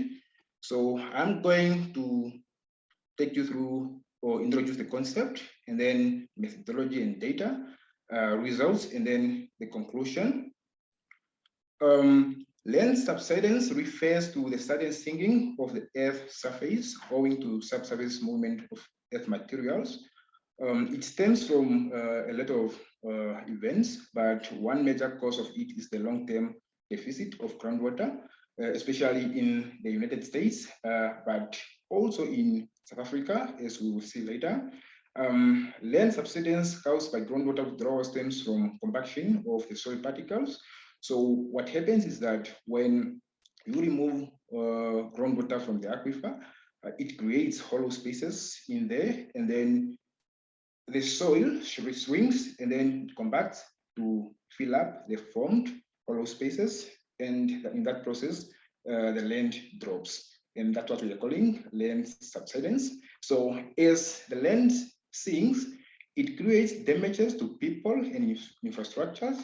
So people dies, like here in 1964 in a village in South Africa, 5 people died because their house was swallowed by a sinkhole. Here we see this lowering of the water table. So we also see a larger or a bigger sinkhole here, which can cause fatalities.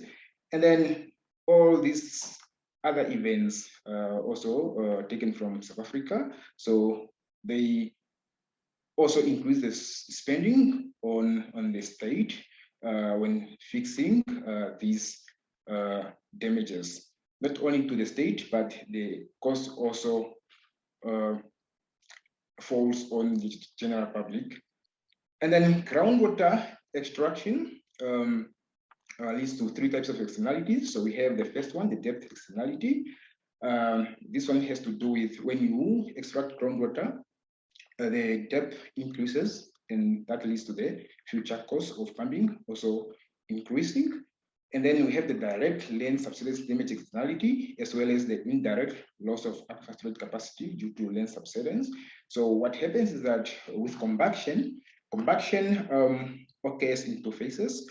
We have the very first phase where we have the elastic compaction. So this is the reversible compaction. And we have the irreversible one, which we call the inelastic compaction. So this is whereby the soil compact, and even if you are to refill the aquifer with water, it won't be able to hold the same amount of water it was able to hold from the previous time, because this compacting is not reversible. So the direct land subsidence damage externality that relates to damages to infrastructure as well as groundwater dependent ecosystems. And the indirect loss of aquifer storage capacity, this one is the opportunity cost of losing aquifer storage capacity. So in this paper, we want to present the development as well as the application of a groundwater optimization model that deals with land subsidence. And in particular, we determine the conditions under which groundwater could be extracted to minimize depleting the aquifer as well as worsening the said impacts. With the methodology, we consider a representative farmer with a demand function given in equation 1 and the pumping cost function given in equation 3, as laid down by Grisser and Sanchez in their paper. Now, the most important parameters we introduce to you here is the omega, our extractions. This is the price, the P, the price of irrigation water. And then the H is the water table elevation. Now, if we take the area under the demand curve, we get equation 2, which is our total revenue. And then total revenue minus the cost here gives us the farmer's total benefit.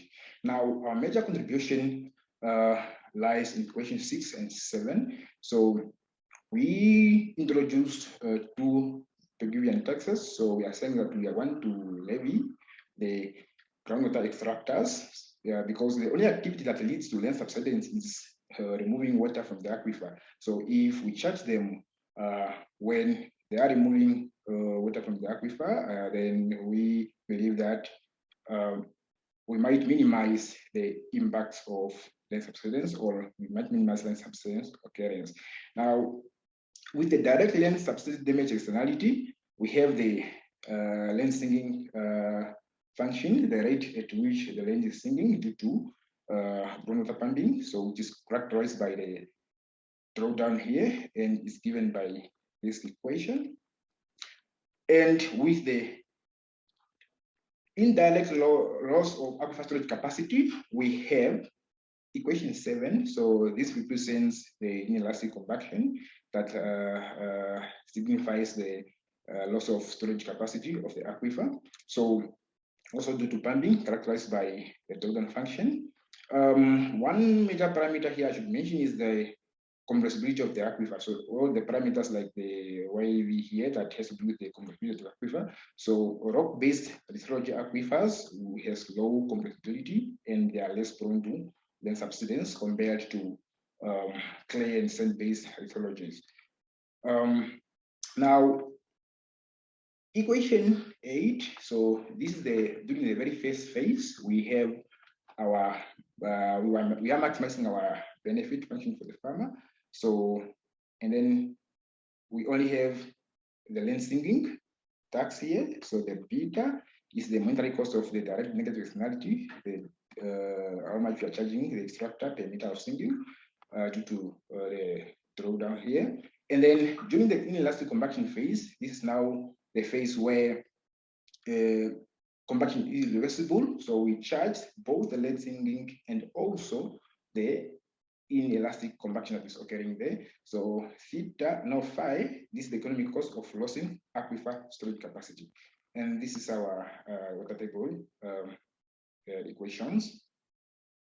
The data were collected from past studies in the area, as well as groundwater reports from the South African Department of Water Affairs. And the study area is the Hout River catchment, situated in the Limpopo River Basin of South Africa. It has two aquifers, the upper, and then the lower one, which is a rock-based lithology. Now, most of the boreholes here are dug from the lower one because the upper one has no water. This aquifer has been overexploited since the 1970s. Measures were put in place, but they didn't help, and overexploitation is still going on. Now, the result and discussions. So in the paper, there are several propositions that were put, and in writing, here I just put that the economic cause of land sinking, as well as that of losing aquifer storage capacity, has a direct impact on how groundwater extraction and water table levels are managed over time. But these impacts on groundwater extraction and water table level depends, or they're determined by the features or properties of the aquifer. Like for instance, the compressibility of the aquifer and the porosity, transmissivity, so all those parameters that were defined in our damage functions, equations 6 and 7. And then coming to the MVK application, so the data that we collected were not giving the right trajectories, so we then had to synthetically book them, and now we have the stylized MVK application. So it's not really representative of the catchment area, but a stylized format. So in A here, let me, if I can maximize this. Now we have, when land subsidence is not considered, and we can see that the groundwater extraction, they are negative up to somewhere around the 90 here. So this shows that this aquifer is being overexploited and it has to be refilled. When these are negative, the groundwater extraction, it has to be received maybe say by artificial recharge so that people start extracting around from here and all that. Now for number B, here is when we consider the land subsidence. So we see that around maybe year 120 here, we have our switching time from the elastic to the inelastic phase. Now, the problem is that now when we compared the two graphs A and B, we see that especially during the very first phase, say maybe for groundwater extraction, is equivalent. This graph or the numbers, the values of groundwater extractions are exactly equivalent to these values. And that shows that introducing these taxes has no impact on groundwater extractions as well as water table level, but we realize that this is because of the compressibility value, because these data were from a rock-based one, which is less prone. So if we increase, we see here in C, if we increase the compressibility value, then we see that these taxes indeed have direct impacts on extractions as well as water table. Like for extractions, we see that extractions are lower compared to when land subsidence is considered. Here, the water table is higher compared to when land subsidence is not considered. And that's what we want, because that means land subsidence is reduced if long-term diversity of water is not occurring. Now with D, this is when we consider the data as they are without changing the complexity value. So we see that with the water table, the economic cost of land sinking doesn't have an impact. And that's also the same with the graph in E here. When we increase the economic cost of losing aquifer storage capacity, there is no impact on the water table, but the moment we increase the contributive value and also try to play around with the economic cost of losing aquifer storage capacity, then we see that there is a direct impact. So these impacts are occurring in the second phase, in the inelastic compaction phase. So we see that here the extractions have reduced when this cost is increased, and the water table level also goes up compared to when the cost is low. And then coming to the conclusion, so a better understanding of the contribution of groundwater funding to land subsidence per aquifer is essential for effective and appropriate groundwater management policies. We also found that when taxes pertaining to land subsidence reduction are in place, the water table level increases and groundwater extraction and land subsidence decreases. One other is that such taxes have insignificant effect on both withdrawals and the water table in fractured rock aquifers. And from here, we want also to really not only look at taxes and see also to introduce other policies like quotas and see how the results comes out. Thank you so much.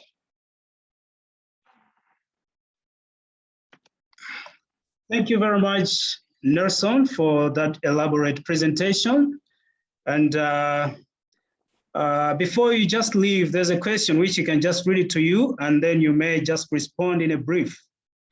It's from Vicky Tapila. It says, what's the relationship between sinkhole and the land subsidence resulting from groundwater harvesting, groundwater abstraction?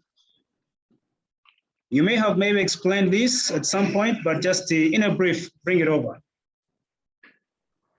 Yes, the relationship between sinkhole and land subsidence. That's the question, right? Yes.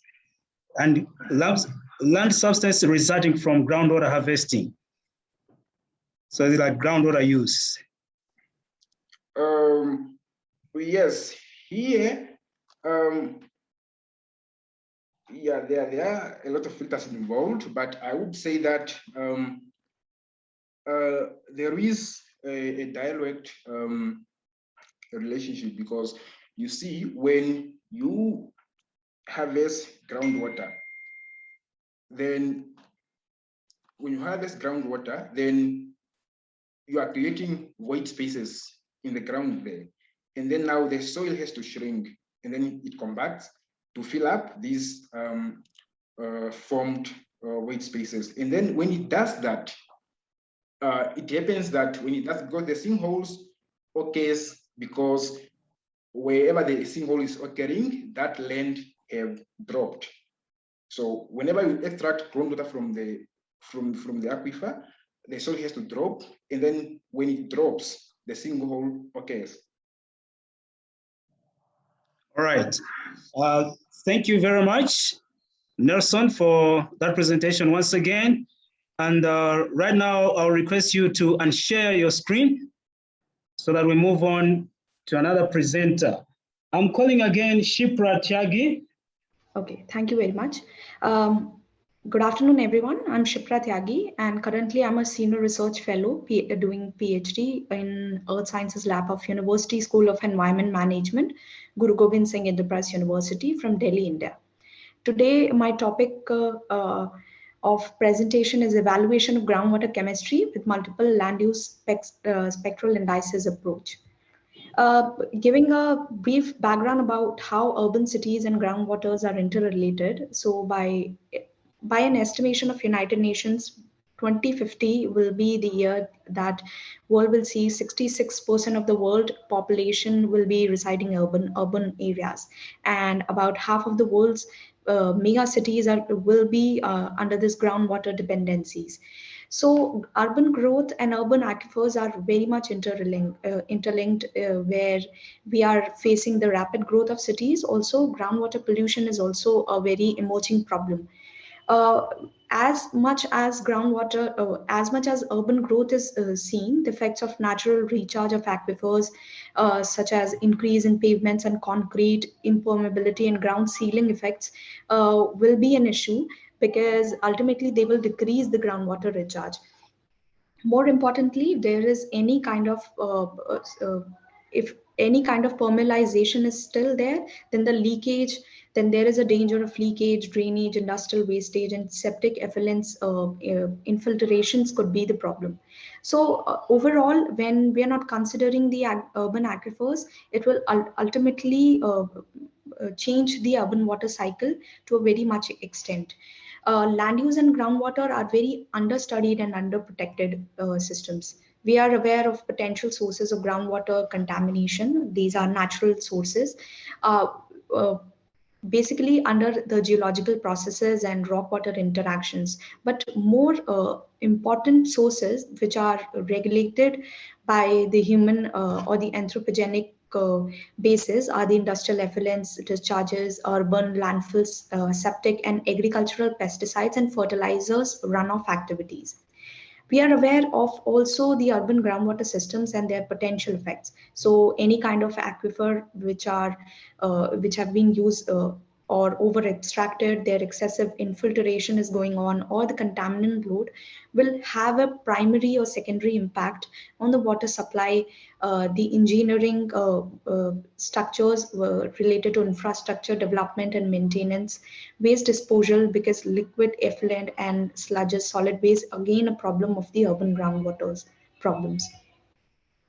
Also, we need to consider about the drivers categories that could change and influence the processes within the groundwater system. So they both have their negative and positive impacts. Positive impact, it depends that the improved type of technologies for drilling, pumping, and science-assisted technical innovations and some sort of high levels of socioeconomic developments will consider these positive impacts. Land use-based impact on groundwater quality is basically explains the linkages of land use and the groundwater. We know that the population growth, increasing and changing food demands, industrial usage are the three main criteria, and these are very much interlinked with the groundwater dependencies also. So any kind of land use mismanagement ultimately lead to degradation of groundwater quality. Basically, what overlying landscapes we have, it will influence on the basis where excess nutrient or toxic chemicals that would ultimately seep down into the shallow aquifers or the deeper ones. Land use based impacts on groundwater has also their impact on recharge and quality. So I'm not going into detail, but just to give a brief that how every kind of land use activity has its recharge rate and recharge quality get influenced by these effects.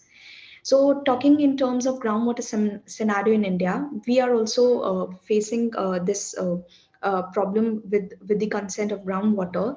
Among 15 nations, India is the largest user of groundwater, and extraction rate to the major states are very much higher, which is greater than 100%. Groundwater availability in India is also annually extracted majorly for the agricultural thing, domestic, and followed with the industrial purposes. So 50% of our urban water and 85% of our rural domestic water requirements are fulfilled by the groundwater resources. In the view of how land use and groundwater chemistry are interlinked, and so today my topic of presentation would be explaining this in this slide. Giving a brief about the study area, it's important to consider some area which has this three dynamic of the land use. So I chose Ghaziabad city, which is very much nearest to the Delhi state and one of the fastest growing suburban districts. We can see the heavy residential and commercial projects coming up in the last decade, and the industrial pockets are very much again expanding. It's like 73% of the heavy based industries are located in this area. Also, if we see a northern part of the region, agricultural activities and farming cultivation are still practiced for the like the major crops like sugarcane, wheat, and rice. So also giving the topography and geomorphology, this place is located in the Ganga Yamuna Doab, and ranging the geological formation and groups are ranging from older alluvial to floodplains to active floodplains. The two major rivers are bounding. One is the Hindon River, and second river is very much fringing upon the sides of the basically the western part, the Yamuna River. And again, lithology says that it is morely occupied by the oxidized silt clay in presence of conker and micaceous. And sandy soil is predominant, and fertile loamy soil is also found in this region. So geological settings also, the rock settings are of quaternary sediments, and geological settings are of lower Proterozoic age. Aquifer systems where exploratory drilling has shown that first to second levels, it goes up to 350 mbgl, and there is again a composition from aquifer thickness which increases from western district to shallow bed rocks. If you take a look on the seasonal fluctuations also, so the study was done in the year of 2017. So the deeper groundwater levels were found in southern parts of the region where most of the urbanized zones are situated. And block-wise groundwater development rates is also higher. If we take a look, 3 out of 4 developmental blocks are under this 100% of category. And groundwater resource availability in this region is also very much occupied with the irrigation and domestic. So out of annual extractable groundwater resources, we are using like the irrigation, and the less portion is again used for the domestic and industrial purposes. So the study starts with the how the sample collection was done. So out of the 4 development blocks, the land use based groundwater sampling sites were identified. It was recorded on the basis of how the land use, it was within the land use vicinity. So the mapping was done, and this is how the groundwater sampling stations were then categorized according to their land use activities. On and all, total 26 sampling sites were identified, and the analysis was done for pre and post monsoon.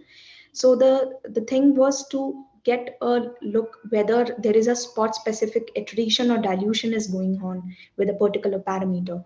So after that, the spatial parameter, especially this trend was seen in the ArcGIS environment. And then the values were again checked with the land use spectral indices. So the types of land use spectral indices that were used were NDVI, which is the normalized difference vegetation index, then the built up index, salinity index, and the modified normalized difference index. So these are the basic spectral indices that we have used. All the spectral bands were acquired from the Landsat 8 OLI because ultimately they are freely available, and also their level 2 data was used in the process because they are more processed in their way. This is the methodology involved, where the groundwater chemistry was done for the 2 seasons. A total number of 16 parameters were used, and similarly their geochemical characterization was checked with the trilinear and Gibbs plot. Then for the spot specific apportion, the NDDI was calculated for each parameter to check whether there is an absolute dilution or whether there is an absolute accretion, which is like the accumulation of any particular parameter was done.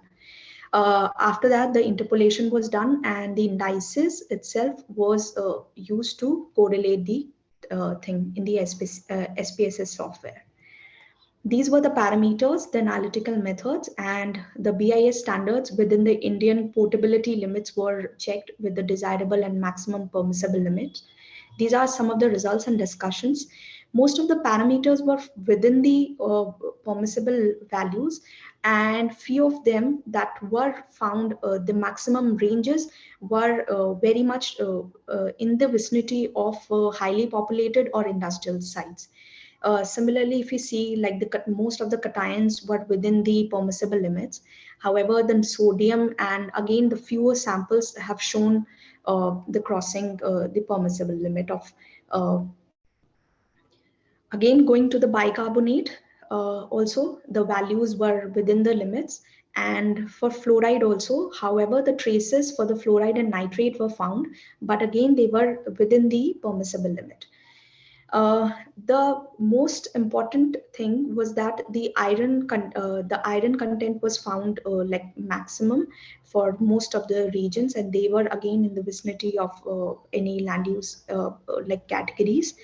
We will see in the interpolation maps for the particular parameters that the regions that are very much highlighted in blue are showing the higher values. So if you take a look for the EC, TDS, and TH, most of the southern parts, which are concentrated with the industrial units and the bricklayings and the residential parts, are prone to have the maximum values of all the cations and anions also. Similarly, for the bicarbonate, chloride levels, sulfate, and significantly for iron, the industrial unit was the major cause. If we also correlate this result with the past studies, most of the major ions have found to be within the, so there is not a problem for a particular parameter, but yes, heavy metals is a emerging problem. Coming to the geochemical characterization of groundwater quality. Excuse me, Shifra. Hi, yes. Just to make you note that you should be winding up okay. Your presentation. Yeah. Okay, I'll just do it. So geochemical characterization shows that the water is of calcium bicarbonate type and majorly in both the season, and rock water dominance is found to be with the Gibbs plot. So NDDI was calculated with the specific formula. So this heat map shows that most of the accretion was absolute accretion was found with the fluoride and nitrate values and the iron. So these were the same values were very much concentrated. Otherwise, all the parameters were having a moderate to towards dilution. So there is a portion that the recharging is taking place. This was the interpolation that was done to check whether the activities, the land use activities were having that influence or not. So moderate accretion for most of the regions were again located in the industrial region only, or within the vicinity of industrial regions. Similarly, for the calciums and magnesium, however, the moderate dilutions were recorded. If you take a look on the nitrate levels, the absolute accretion and dilutions were recorded. And for the iron also, absolute accretion and absolute dilution was recorded for the most of the parts. These were some of the sites that showed most of the values which are exceeding. So these are like within the highly populated region and industrial regions, and then the brick-lane areas. So this is the land use land cover mapping that was done for the area. The southern part is again for the urbanized area. So land use spectral indices has shown, it was calculated with the year of 2017 only, and the NDVI and NDBI showing the values. The similar indices were used to calculate the values. And when getting into this part, the NDDI values were correlated with the land use spectral indices. The values were used from the map itself. So it's the last slide. So Pearson correlation explains not major values, not the a positive or strong correlation was found, but however a moderate and a very values were within the NDBI was significant for the potassium and bicarbonates, also for the iron and manganese, and similarly for the salinity indexes. The TDS, hardness, and calcium values were again, they were going with the salinity indices. With this, I will be concluding that the absolute or moderate accretion was apparent for the parameters like nitrate, fluoride, and iron and zinc. So not all parameters can be identified, but yes, the accumulation of the parameters we can check upon with these studies. Also, a significant low correlation was found, but which was greater than 0.2 of the correlation. But yes, the interrelationships of the land use and groundwater quality can be again studied very specifically when we consider more heavy metals also. So these were some of the references, and thank you very much. All right, thank you very much, Shipra, for that nice presentation. Quite a great deal of modeling and interpolation hydrogeochemistry. Just keep noting in the Q&A box so that there could be questions which you might need to respond. Right now, I think it's almost time to break for lunch. But, thanks so much for those who took part in the morning session. We had Mr. Melase, who was our session chair, and then Mr. Ndeka Ngobe, our rapporteur. Thank you for the great coordination of the presentation in this morning sessions. From my point of view, it has been a great, tightly packed morning session. I found the first 7 presentations quite speaking to each other in terms of biodiversity and ecosystems management. We learned of the available assessment methods for groundwater dependent ecosystems and on groundwater abstraction impacts, and also the evaluation of groundwater discharge methods and remote sensing applications in understanding the groundwater dependent ecosystems. So quite a great deal of research going on at the Kakea-Bray transboundary aquifer. The mid-morning session brought us varied topics from understanding of groundwater contamination in Zimbabwe to a detailed mapping of groundwater resources right here in Malawi. And also the river and groundwater interaction in Zambia came through. And in that presentation, I was really looking forward to the word base flow, and it prominently came out. Also outstanding was the observational study on drilling trends and groundwater fluctuations. And then we had a bit of hydrogeochemistry on understanding of copper and manganese in cuts, looking at how to treating soil as part of MAR. Then groundwater chemistry evaluation with multiple land use, spectral indices approach came. This was quite a great modeling, well-modeled presentation. And then managing land subsidence impacts through optimal groundwater management. As you can appreciate, groundwater over obstruction has the potential to cause that. And then we are looking for Bongani to give us the methods or using weighted overlay model to identify suitable irrigable land in the dry lands of Zimbabwe, but that hasn't come through. So ladies and gentlemen, we have come to the end of the morning session.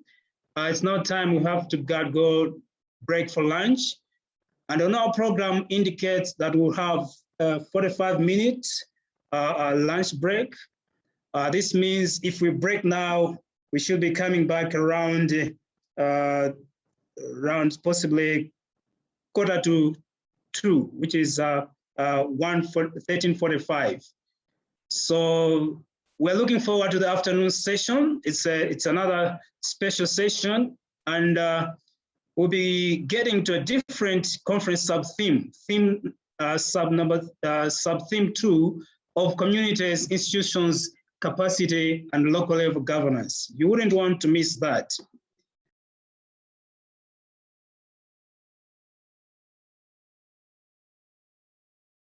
Yeah, so good afternoon, all participants. As I wait for the numbers to build up,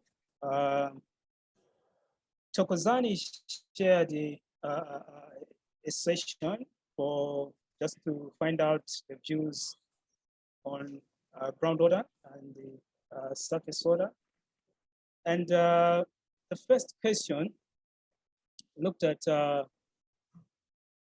how do you rate the potential for groundwater as a bulk water supply for urban centers?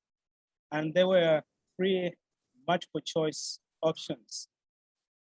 The first one was groundwater cannot replace surface water, or groundwater can completely replace surface water. And the third option was groundwater is best used conjunctively with surface water, that is. And from the results that have been shared, the understanding for most of us is that it is best used conjunctively. That is, it got 82% of the respondents answering that, and followed by groundwater can completely replace surface water with 18%. And no one indicated that it can replace surface water. So I think most of us, our understanding is very correct on this one, except for those that are too zealous to indicate groundwater can completely replace surface water. That would be disastrous. The second question was how drilling is taking place in most of our nations. In the SADC region is seeing a proliferation of uncontrolled drilling and groundwater abstraction in urban centers. What do you consider to be the best approach to managing this proliferation? And then there were a number of multiple choice options. The first one was to strict enforcement of regulations. So the regulator has to come up with enforcement. And then persuasion of the users to comply with legislation was another second option. And capacitating the drilling companies was the third option. And the fourth one was a combination of both A, B, and C. So this one we have quite a number who have indicated the option number D, which is a combination of A, B, and C. And now when you look at A, B, and C, they're also quite varied. There was capacitating the drilling companies, persuasion of the users to comply with legislation, strict enforcement of regulation. So 82% again have indicated D, the combination of the above answers, whilst 18% indicated the option A, strict enforcement of regulations. So here, I think I'll need to be guided technically as to who are really correct on this one. So, Engineer James, are you around? Yes, if I'm around. How do you look at the polling on question number 2? I tend to agree with the majority, really. Basically because I don't think there's a one size fits all. You find strict enforcement of regulations can also bring its own resistances. And you may end up getting no cooperation. And persuasion works to some, but not with others. So you use both strategies and capacitating so that people are aware of these mechanisms. So I tend to go with the majority, really. I don't know what others think, but that's my take. Thanks, Steve. Hey, thank you so much, James. Indeed, I think a combination of looking at those options would be ideal. At first, I was looking at this answer of persuasion of the users to comply with legislation. How do we get the users to do that? And that's where I was hesitant to qualify the answer D. But as you have indicated, it's not a one size fits all. There's a different way of approaching this, how different angles to look at this issue. It's really quite a problem. We've seen everywhere, drilling companies just mushrooming. And we see a lot of boreholes. This is affecting actually sustainability of boreholes in terms of having quality work of installations to have well designed infrastructure that can last for its lifespan. So this is how the polls were, and thank you so much for having this interlude. At this point, I think we might just wait for a little more time before we kickstart, possibly at exactly 14 hours at 2 o'clock. We should be able to get set. Thank you.